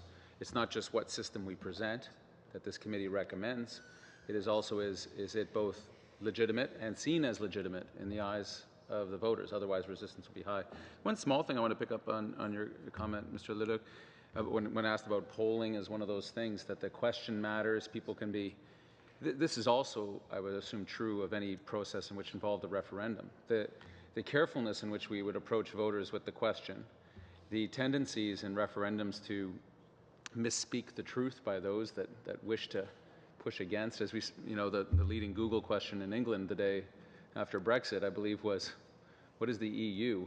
So that one assumes complete voter awareness when talking about referendum, which is a dangerous thing when talking about vested interest in a political question. I want to talk about both productivity and stability. Productivity of, because I'm trying to get to outcomes. I'm trying to get to the voters' position on this. If we put forward a system, it has to satisfy what the voters are looking for, not just in that their votes are reflected in the parliament, that they cast the ballot this way, but also that parliament and those parliaments are able to function well. This is where I got cut off last time, so I'll put my question now, is that we've had experience in Canada of minority parliaments producing enduring national policies. Bilingualism, the social safety net, Medicare, the flag, the list is long. Is it fair to say that while we don't have a culture of coalition governments, certainly, we've only had one, our culture around sharing of power, minority parliaments, just by results, forget partisanship, just results, has worked for Canadians? Is that an exaggeration of the facts given our history? The Accountability Act, let me throw that one in too, because something did come out of it. Conservative minority. I think it's an exaggeration if you refer to the Harper period. Yeah. One of Stephen Harper's great achievements, or I should say perhaps most notable achievements, was to be able to govern in a minority as if he had a majority. By threatening every bill to have confidence on it, which I think Mr. Cyr has some suggestions to reduce that threat. Was that not? I was there. It was intoned that transportation bills and fisheries bills and everything would fall to government if it fell. He isn't the only party that did that. Oh, I'm not saying Jean Chrétien did that all the time. And with Mr. Harper learned well from perhaps some bad examples, but we have a study in front of us, and some experts have spoken to this, that looking back over the last 50 years, countries that have chosen winner-take-all systems have had on average 16.7 elections in that 50 years. Countries that have chosen proportional systems have had 16 elections on average over that same half century. Is there not a myth associated to proportional systems that they are somehow more unstable? They lead. Everyone trots out Italy every 5 minutes. John Ibbotson did it just the other day. John did it the other day, and we should actually update what Italy's system is right now, because it's anything but proportional. They've concocted some completely unstable, not proportional system, so to even equate it. But Mr. Cyr, you wanted to comment on this? C'est précisément parce qu'on donnait toujours. Well, Italy and Israel always being touted as examples, classic examples, and that historically there was no stability because of their system. But if you look at the literature, we looked at this streamlined parliamentary process. And that's why I wanted to give you a few mechanisms that we developed. You know, the expertise is there. There is experience in this area. There are examples of where there are often minority or coalition governments. So you can't just restrict yourselves to the Canadian experience or provincial experience in order to draw conclusions. There is experience out there that can provide stability. And if you look at countries where there are minorities or coalition governments, you can't necessarily state that their system isn't as good as ours. A lot of examples in the world where one political culture uses two voting systems at the same time, except in Australia. And under that system, we've had testimony that shows women's participation is almost double under the Australian House that uses proportional versus the one that uses first past the post. They have two houses, they vote them in different ways. Women are 40% in one and 25% in the other. Do we have other examples around the world? And that just seems like the one striking example to me that we should perhaps pay some attention to in terms of women being more able to participate and get elected. Very quickly, please. Does anyone have another example? Yeah, list PR is proven to be more favorable to women, but it's only a tool because it depends on the parties. And the example that Leslie Seidel gave earlier, comparing Sweden and Hungary, is telling because they're both list PR systems. But in the Scandinavian countries, they tend to use lists. The parties have quotas, and they make sure that there are a sufficient number of women on their list to meet the quota, and the lists are often zippered, as they called it, alternating male-female, male-female. So the question was, are there other examples? Was that your question? Okay, so it's other Scandinavian countries, I guess. Le Royaume-Uni, si on regarde... Il ne reste plus de temps, là. Sorry, there's no more time. Mr. Thériault, it's your turn. Mr. Cyr, your work is very significant. As you said yourself, democracy really rests on legislative powers. There are many legislatures, and representatives of the people have to be elected. I think that in our exchanges, we've spoken very little about how important it is that a new system, in terms of procedure and in terms of change, provide more power to the people. I'd like to hear more about this cultural change, and that it not just be restricted to this committee. I'd like to see this sort of discussion happen in other parliamentary committees. I'd like to see those changes there. Now,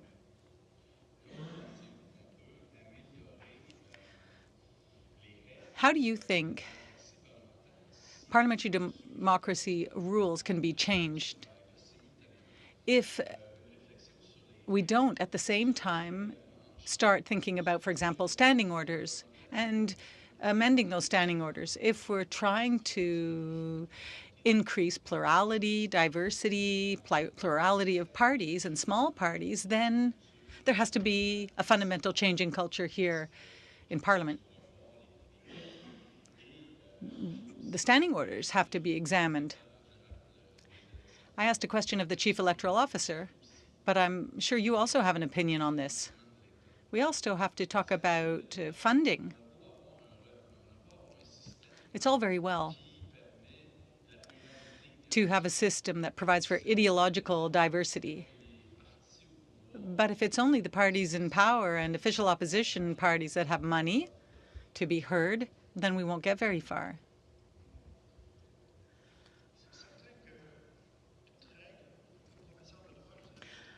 I'm a law professor, and I would say that every rule has a role and a function, and that is crafted at the time that rule is created. Now, we have standing orders that have been based on traditions, the kinds of people who were in power at the time. And if there were a change in how members of parliament are chosen, then there would be a very relevant discussion that could take place regarding our standing orders. That is, are they still appropriate or not? And do they need to be improved or changed? Now, in terms of the funding of political parties, well, I'd have a lot to say about that. But I'll say this. Funding aside, several times examples have been provided about certain elections and about what percentage of votes led to how many seats. We're talking about anecdotal evidence here. Systematically, there are votes that do not have an impact in terms of the number of seats, depending on the region you're voting from. Now, people have raised anecdotal evidence, however, and examples of this, but if you actually look at the provinces under the current system, there is an imbalance, and that's a long-term imbalance. And funding is an added issue, and that actually exacerbates that lack of representation. So that vote also depends on the government really allowing those parties to be heard and to flourish. For example, let's take the Green Party, for example. So there has to be a minimal capacity on the part of those parties to be heard. Well, and there are reimbursements, there are tax credits. So it's not simply a matter of saying that state funding was abolished. A part of it was, yes, but there are those other aspects. Yes, you're right. Yes, however, go and speak to people in the street and see if you can find out about how many of them know about that. Well, speaking of the Green Party, it's Ms. May's turn. I have a question for Professor Cyr. I think that these discussions are very important. Another professor said that we should be making recommendations on confidence, constructive confidence motions. It's the first time I've heard about constructive confidence motions. Mr. Russell also said that we have to consider the issues of when Parliament begins after elections.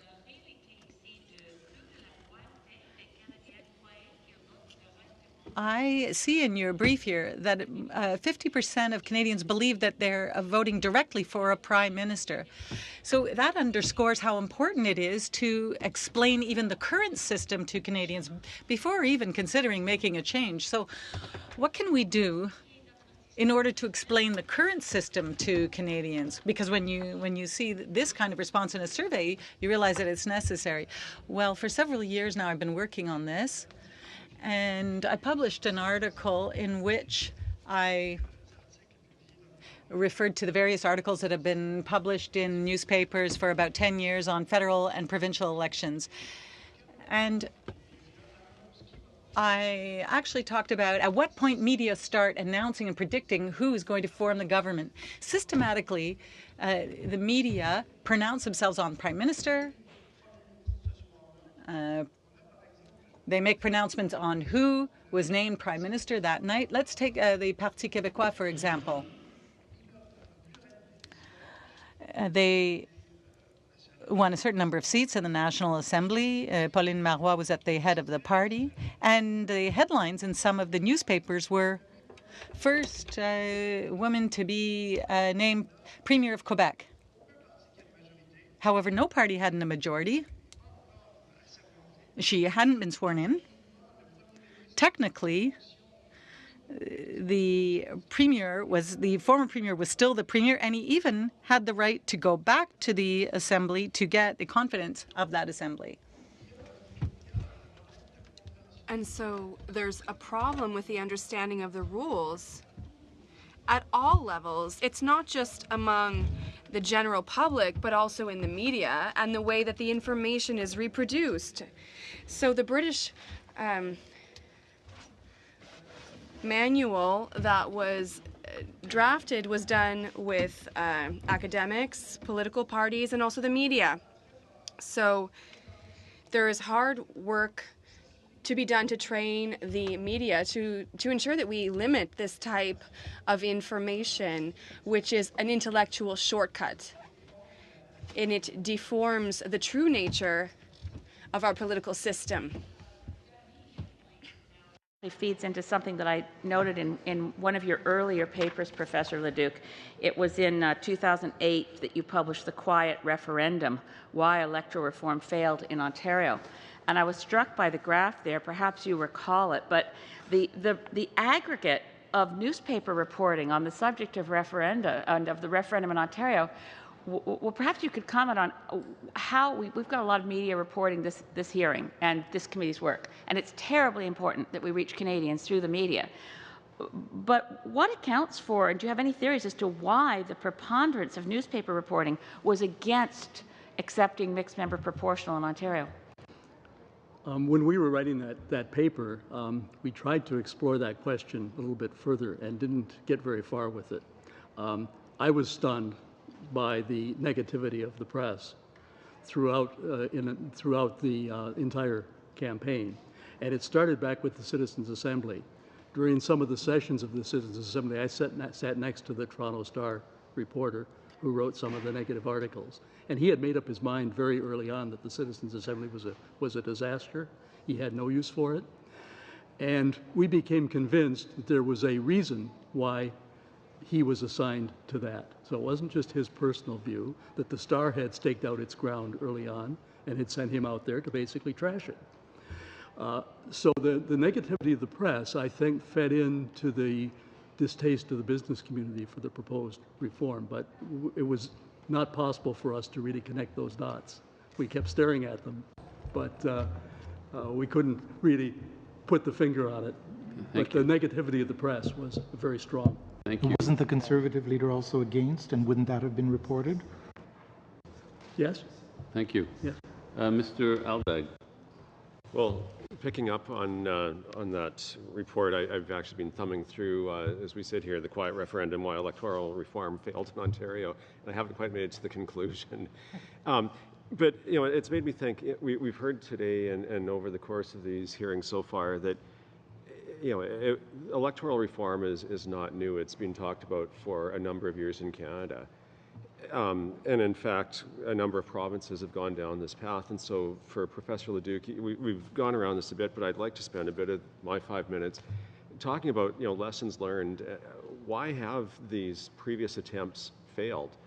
And I think, you know, there's some great material in this article, but if you could give us some of your observations on why we've been unable to move in Canada. I will go right to the heart of it, and it reflects what's in that paper, but also the experience with electoral reform in other countries as well. Electoral reform proposals are generally put forward by parties when they are in opposition, but they can only act on them when they are in government. Now, it would not surprise any of you people to know that there is a little bit of a change in thinking in the way that you look at the world when you're in opposition, as compared with the way you look at it when you're in government. So in Ontario, the Liberals were in opposition when they made that proposal.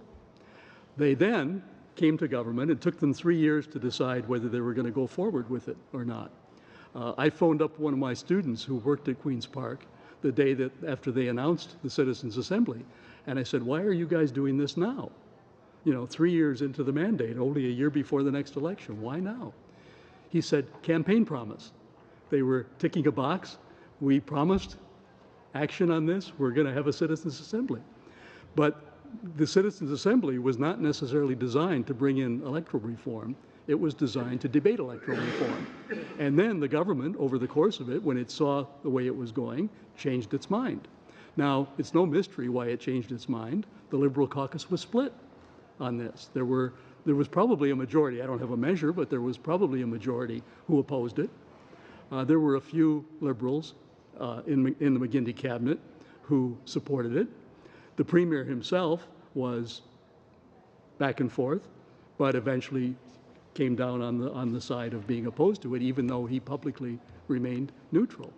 So you moved from a position where one party was supporting reform to where it no longer was. Something similar happened in BC between the two referendums. The government was rather enthusiastic about the Citizens' Assembly at the time of the first referendum, which is why it did better.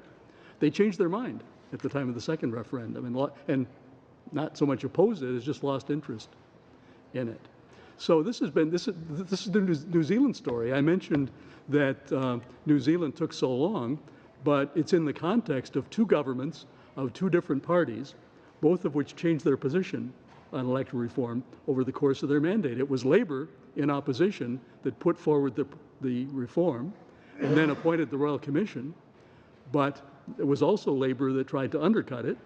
And then when National came to power, they had criticized the Labour government for its inaction, and so therefore they decided to act. But then when they changed their mind, they tried to basically defeat it in the second referendum and failed. That's not an unusual story in politics. I'm a student of politics as well as a student of electoral systems. And when you look at it through that lens, why would anyone be surprised? If I could say, though, this is, perhaps a slightly different situation. For sure we had a position as a party in opposition. We're now the governing party. We're not in tier 3 and trying to go for the check mark. We're in our first year. We're, I would say, fairly aggressively trying to move this along. We've been criticized, why has it taken us 6 months or 7 months or 8 months? I can tell you, this is my second special committee I've been on. We've dealt with medical assistance in dying. We're dealing with some very large issues. I think that we are, as a government, demonstrating a will to move forward. And I just, I want to make sure that we're not repeating the, some of the, if we can learn from lessons of the past to not have those same mistakes, that'll be very useful to help us move forward. I would imagine that there is a division of views within your party. No, we're united.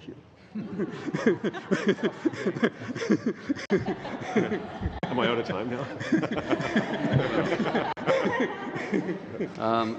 Well, almost. Okay. We can go to Mr. Deltel if you'd like. Sure. Okay, Mr. Deltel. Monsieur le Président. Thank you, Mr. Chair.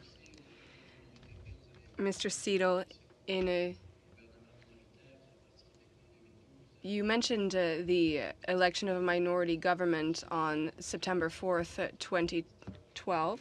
I was a voter at that time, and you talked about the media. I was a journalist for 20 years, and I'd just like to say that technically you are right. The media were talking about the election of the first female premier, and it was in a minority government, and nothing was official and so on. But the outgoing premier said publicly that he recognized the victory of his adversary, and you can understand that the dice were rolled. This situation has existed for a number of years in Canada as well. The loser always calls the winner. And that is a very good thing, and we must preserve it. And it is something that can be a bit of a surprise, but it still requires respect, and that was really highlighted when Mr. Landry was defeated in 2003 and called the premier-elect, simply to say, I have French and American friends who saw the film and who were very surprised to see that our political leaders spoke to each other on election night, and I would also have a handful of friends who said that it would be unthinkable in their countries. So this is good. It is good that our leaders talk to each other in a civilized manner and respect the very basis of our democracy, which is the choice of the people.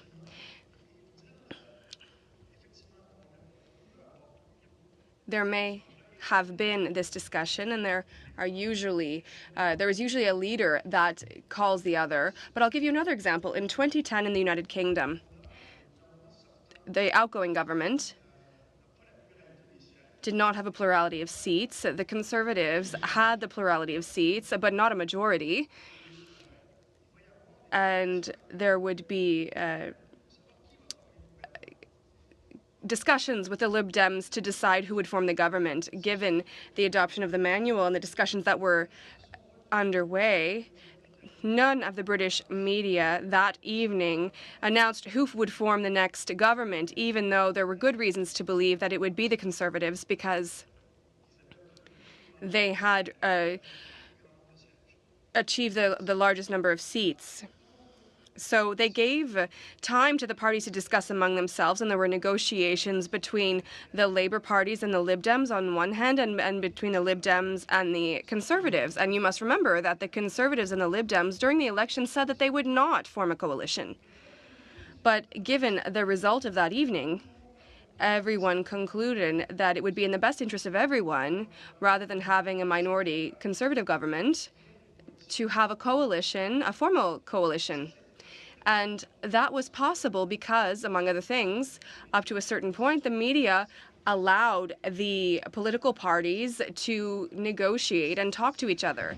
If the evening of the election they had announced immediately that Party X would form the next government, any other political formation that tried to form the party would immediately be accused of fraud or trying to sidestep power. And that is why, in the context of minority government, you need to allow politicians who are elected to discuss among themselves and decide who will form the next government. Perhaps a statement and three events that underline what you just said. Legally speaking, everything remains in place. There cannot be, we don't need additional mechanisms because legally, Mr. Charest was premier until Madame Marois was sworn in.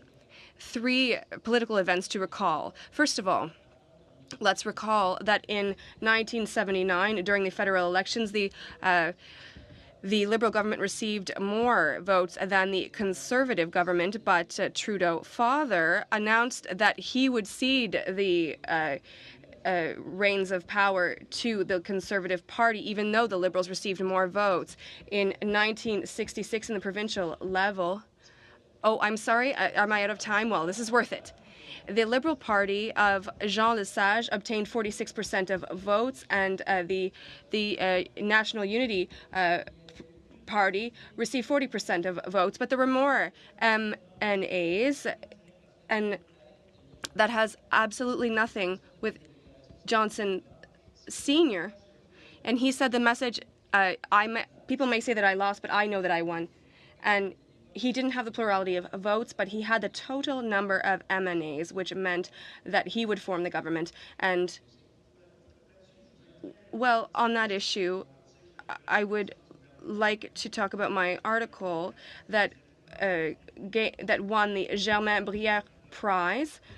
For example, in Canada, in the King Byng affair, King had fewer seats than the Conservatives, and he remained in power. He's not necessarily the one who got the largest number of seats who must form the government. Yes, this is a very nice discussion that you're having.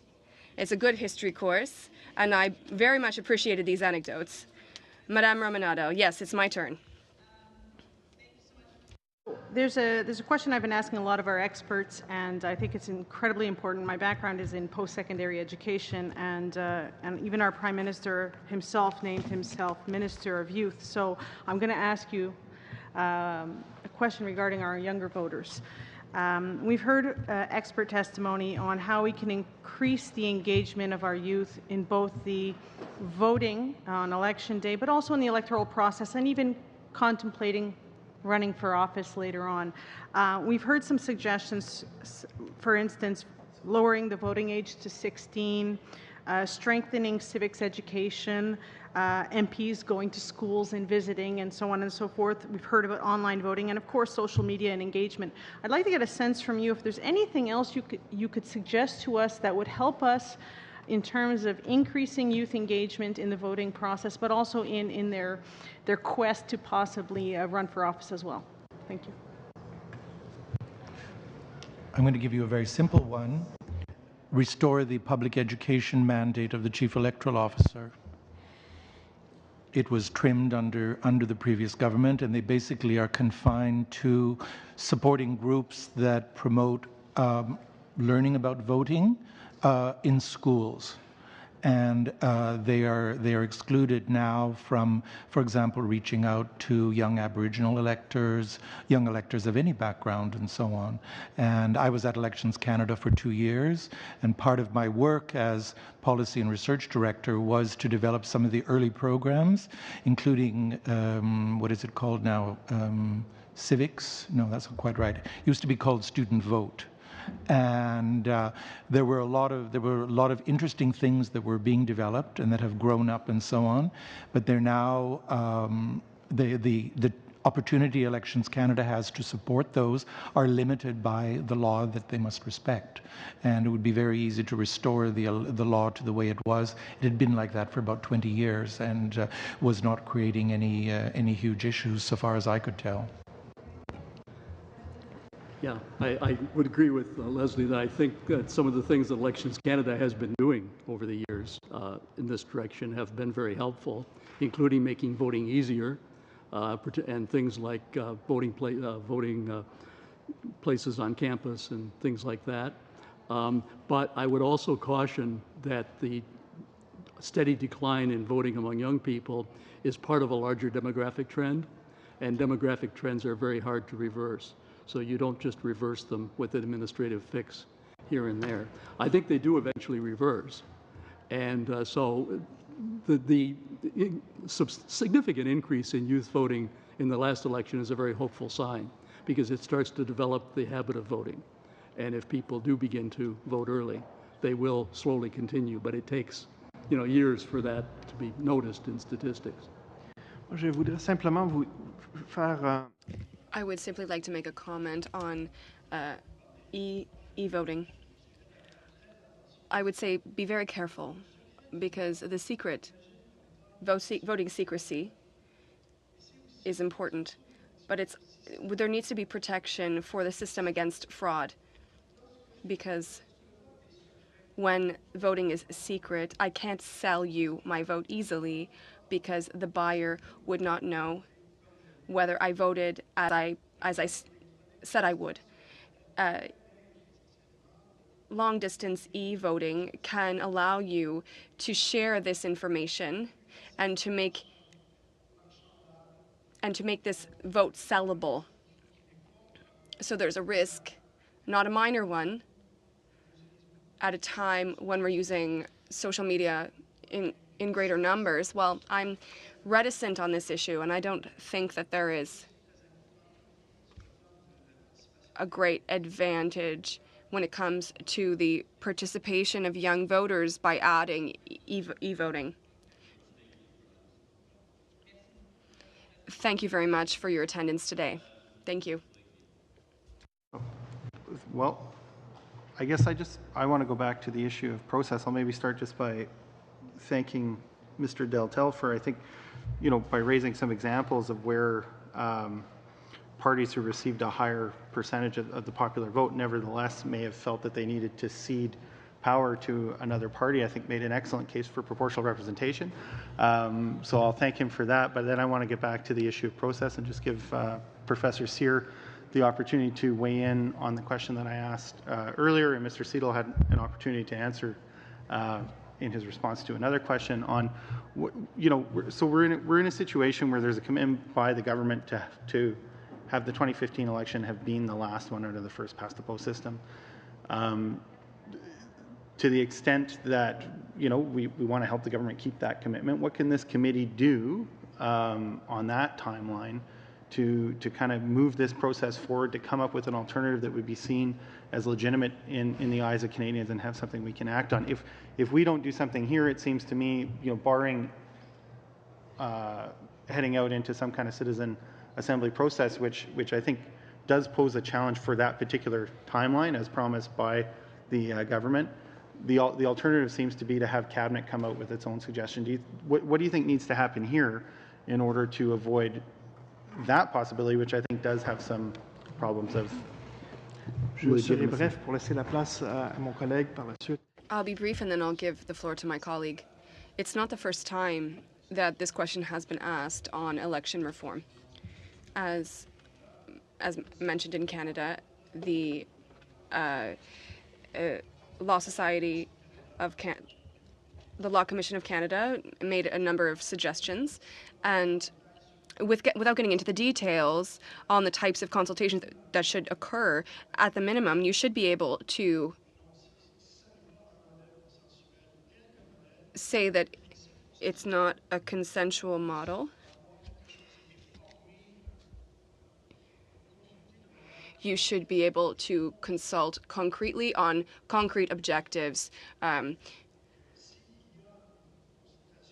If there is a very broad consultation, it shouldn't be done in the abstract. It shouldn't be just on the principle that there needs to be more proportionality. There needs to be a concrete model so that people can debate the issue before them. Before the committee travels, it should have at least an idea of what type of system it prefers and hold consultations on that specific model, or what do you envision for the trips? I am in agreement with my colleague, Mr. Leduc. That would be ideal. Now, if you gamble on that, you need to be realistic. If there are 2 or 3 models, then focus on those 2 or 3 models to launch the consultations, and then you will see what Canadians think about that. Which is whether or not one or more models is agreed to here. It would, I think, be quite important, very important, in fact, that the committee agree on principles. And what you have in front of you in your mandate is numbered from 1 to 5, but there's way more than 5 principles there, and some of them are not really realistic. A system that is supposed to enhance social cohesion, I mean, really, isn't that a bit of a stretch for electoral reform? I don't know who wrote these terms of reference. I assume there was more than one person involved. That's fair as far as it goes, but it's not limpid. It doesn't, you can't draw 3 main principles out of it that you could rally Canadians around for a debate either about one or more proposals. That's why I made my point about prioritizing principles. What are the good things that could come out of changing the electoral system? You have about 30 seconds. Sure. I guess I'll just throw it back to Professor Leduc to say, I mean, if we are going to move towards change for the next election, do you think the ultimate proposal for that system ought to come out of this committee, or that it can come out of Cabinet and have Parliament vote? If it's going to come down to a vote in Parliament, is it Cabinet's proposal or this committee's proposal that really needs to... Briefly, please. Hard for me to imagine that a Cabinet proposal will acquire the kind of legitimacy within that time frame that you were talking about. Thank you. On enchaîne avec Madame Boucher. We'll continue with Madame Boucher. So I'm finding this all very interesting, and I'm very happy to be here today because when we talk about democracy, it's very important. I had the chance to help out with elections in Haiti in 2006, and when you see democracy here, well, we're really in good shape. I have a question regarding consensus. I'm speaking personally. There can be no question. The population is the one that needs to decide. I am an MP, and I speak for myself. And if I see that in Charlevoix, if I see in Beauport, if I see in l'Île d'Orléans, not everyone thinks the same. So when we talk about democracy, we need to have choices. We need to be able to hear yes or no. But first and foremost, in my opinion, and I'm talking for myself here, we need to be able to explain to people what we're looking for. You said earlier that from the get-go, people don't really understand that well. And in countries like Haiti, they're fighting because they want a democracy. We have it. It's not perfect. It's true. But we have it, and we're able to talk to each other, and we're able, well, from the moment that the House adjourns, we're able to talk to each other. And I would like to know, and I would like to understand, when you're talking about a consensus, how can we achieve consensus so that Canadians,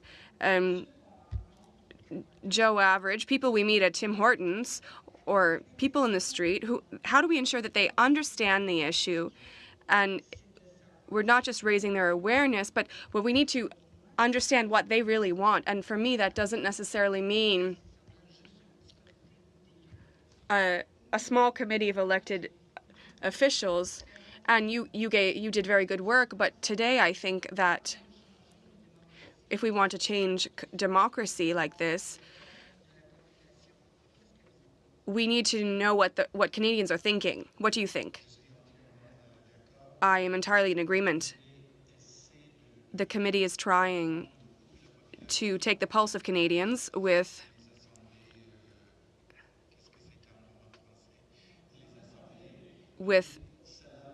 meetings and consultations, and that depends on the initiative of MPs or organizations that will provide them with tools. I looked at your documents, and they're quite well done, but it depends, nevertheless, on initiative. The other models, like citizens' assemblies and special committees, they have a mandate to seek out the opinions and to discuss, to offer opportunities to debate the issue, and so on and so forth. This formula you've tried to tailor with other tools, the internet as well, but it has its limits. It has its limits, and I think that I won't say any more on that, but you can nevertheless, in your recommendations, suggest what should be done after your report is tabled. I'm in agreement with my colleague that it will go directly to Cabinet. If it goes directly to Cabinet without any real discussion, that will probably be unacceptable, and it probably will not be very strategic to do so, because if the government wants to make a proposal or its proposal, and if the debate process is shortened, the chances that it will occur are not very high. Perhaps I should specify, when I'm talking about consensus, I wasn't talking about saying that when there is a consensus, the work is finished. It is just necessary to have a consensus, to have an objective for discussion, rather than simply discussing in the abstract. This would be more proportional, and so on and so forth. No, you need something concrete to discuss. That is a necessary step to move forward. Thank you, Mr. Siegel. So we are wrapping up this very interesting discussion today. with a question from Mr. DeCourcy. Thank you once again. I would like to give Mr. Seidel the chance to answer the question that I asked during the first round, which was what value should we as a committee put on local representation in this process. The political culture in Canada, well, what value do Canadians put on local representation? Representation of groups. I didn't fully understand. I think the answer to that question is maybe it's not entirely what Canadians think about that. I think Canadians do value having a contact with local representatives and so on. As someone who always tries to use realism, and I'm a former public servant, so I haven't always sat in an office in Montreal. You also have to think about the degree to which a proposal might get through this House. And I think that's one of the reasons why so many of the provinces and why New Zealand have proposed the mixed system, because it retains a certain proportion, usually at least a majority, of the local districts, and it adds on the proportionally allocated seats. And they can be done in two ways. They can be done, let's say you've got 100 seats to be allocated proportionally.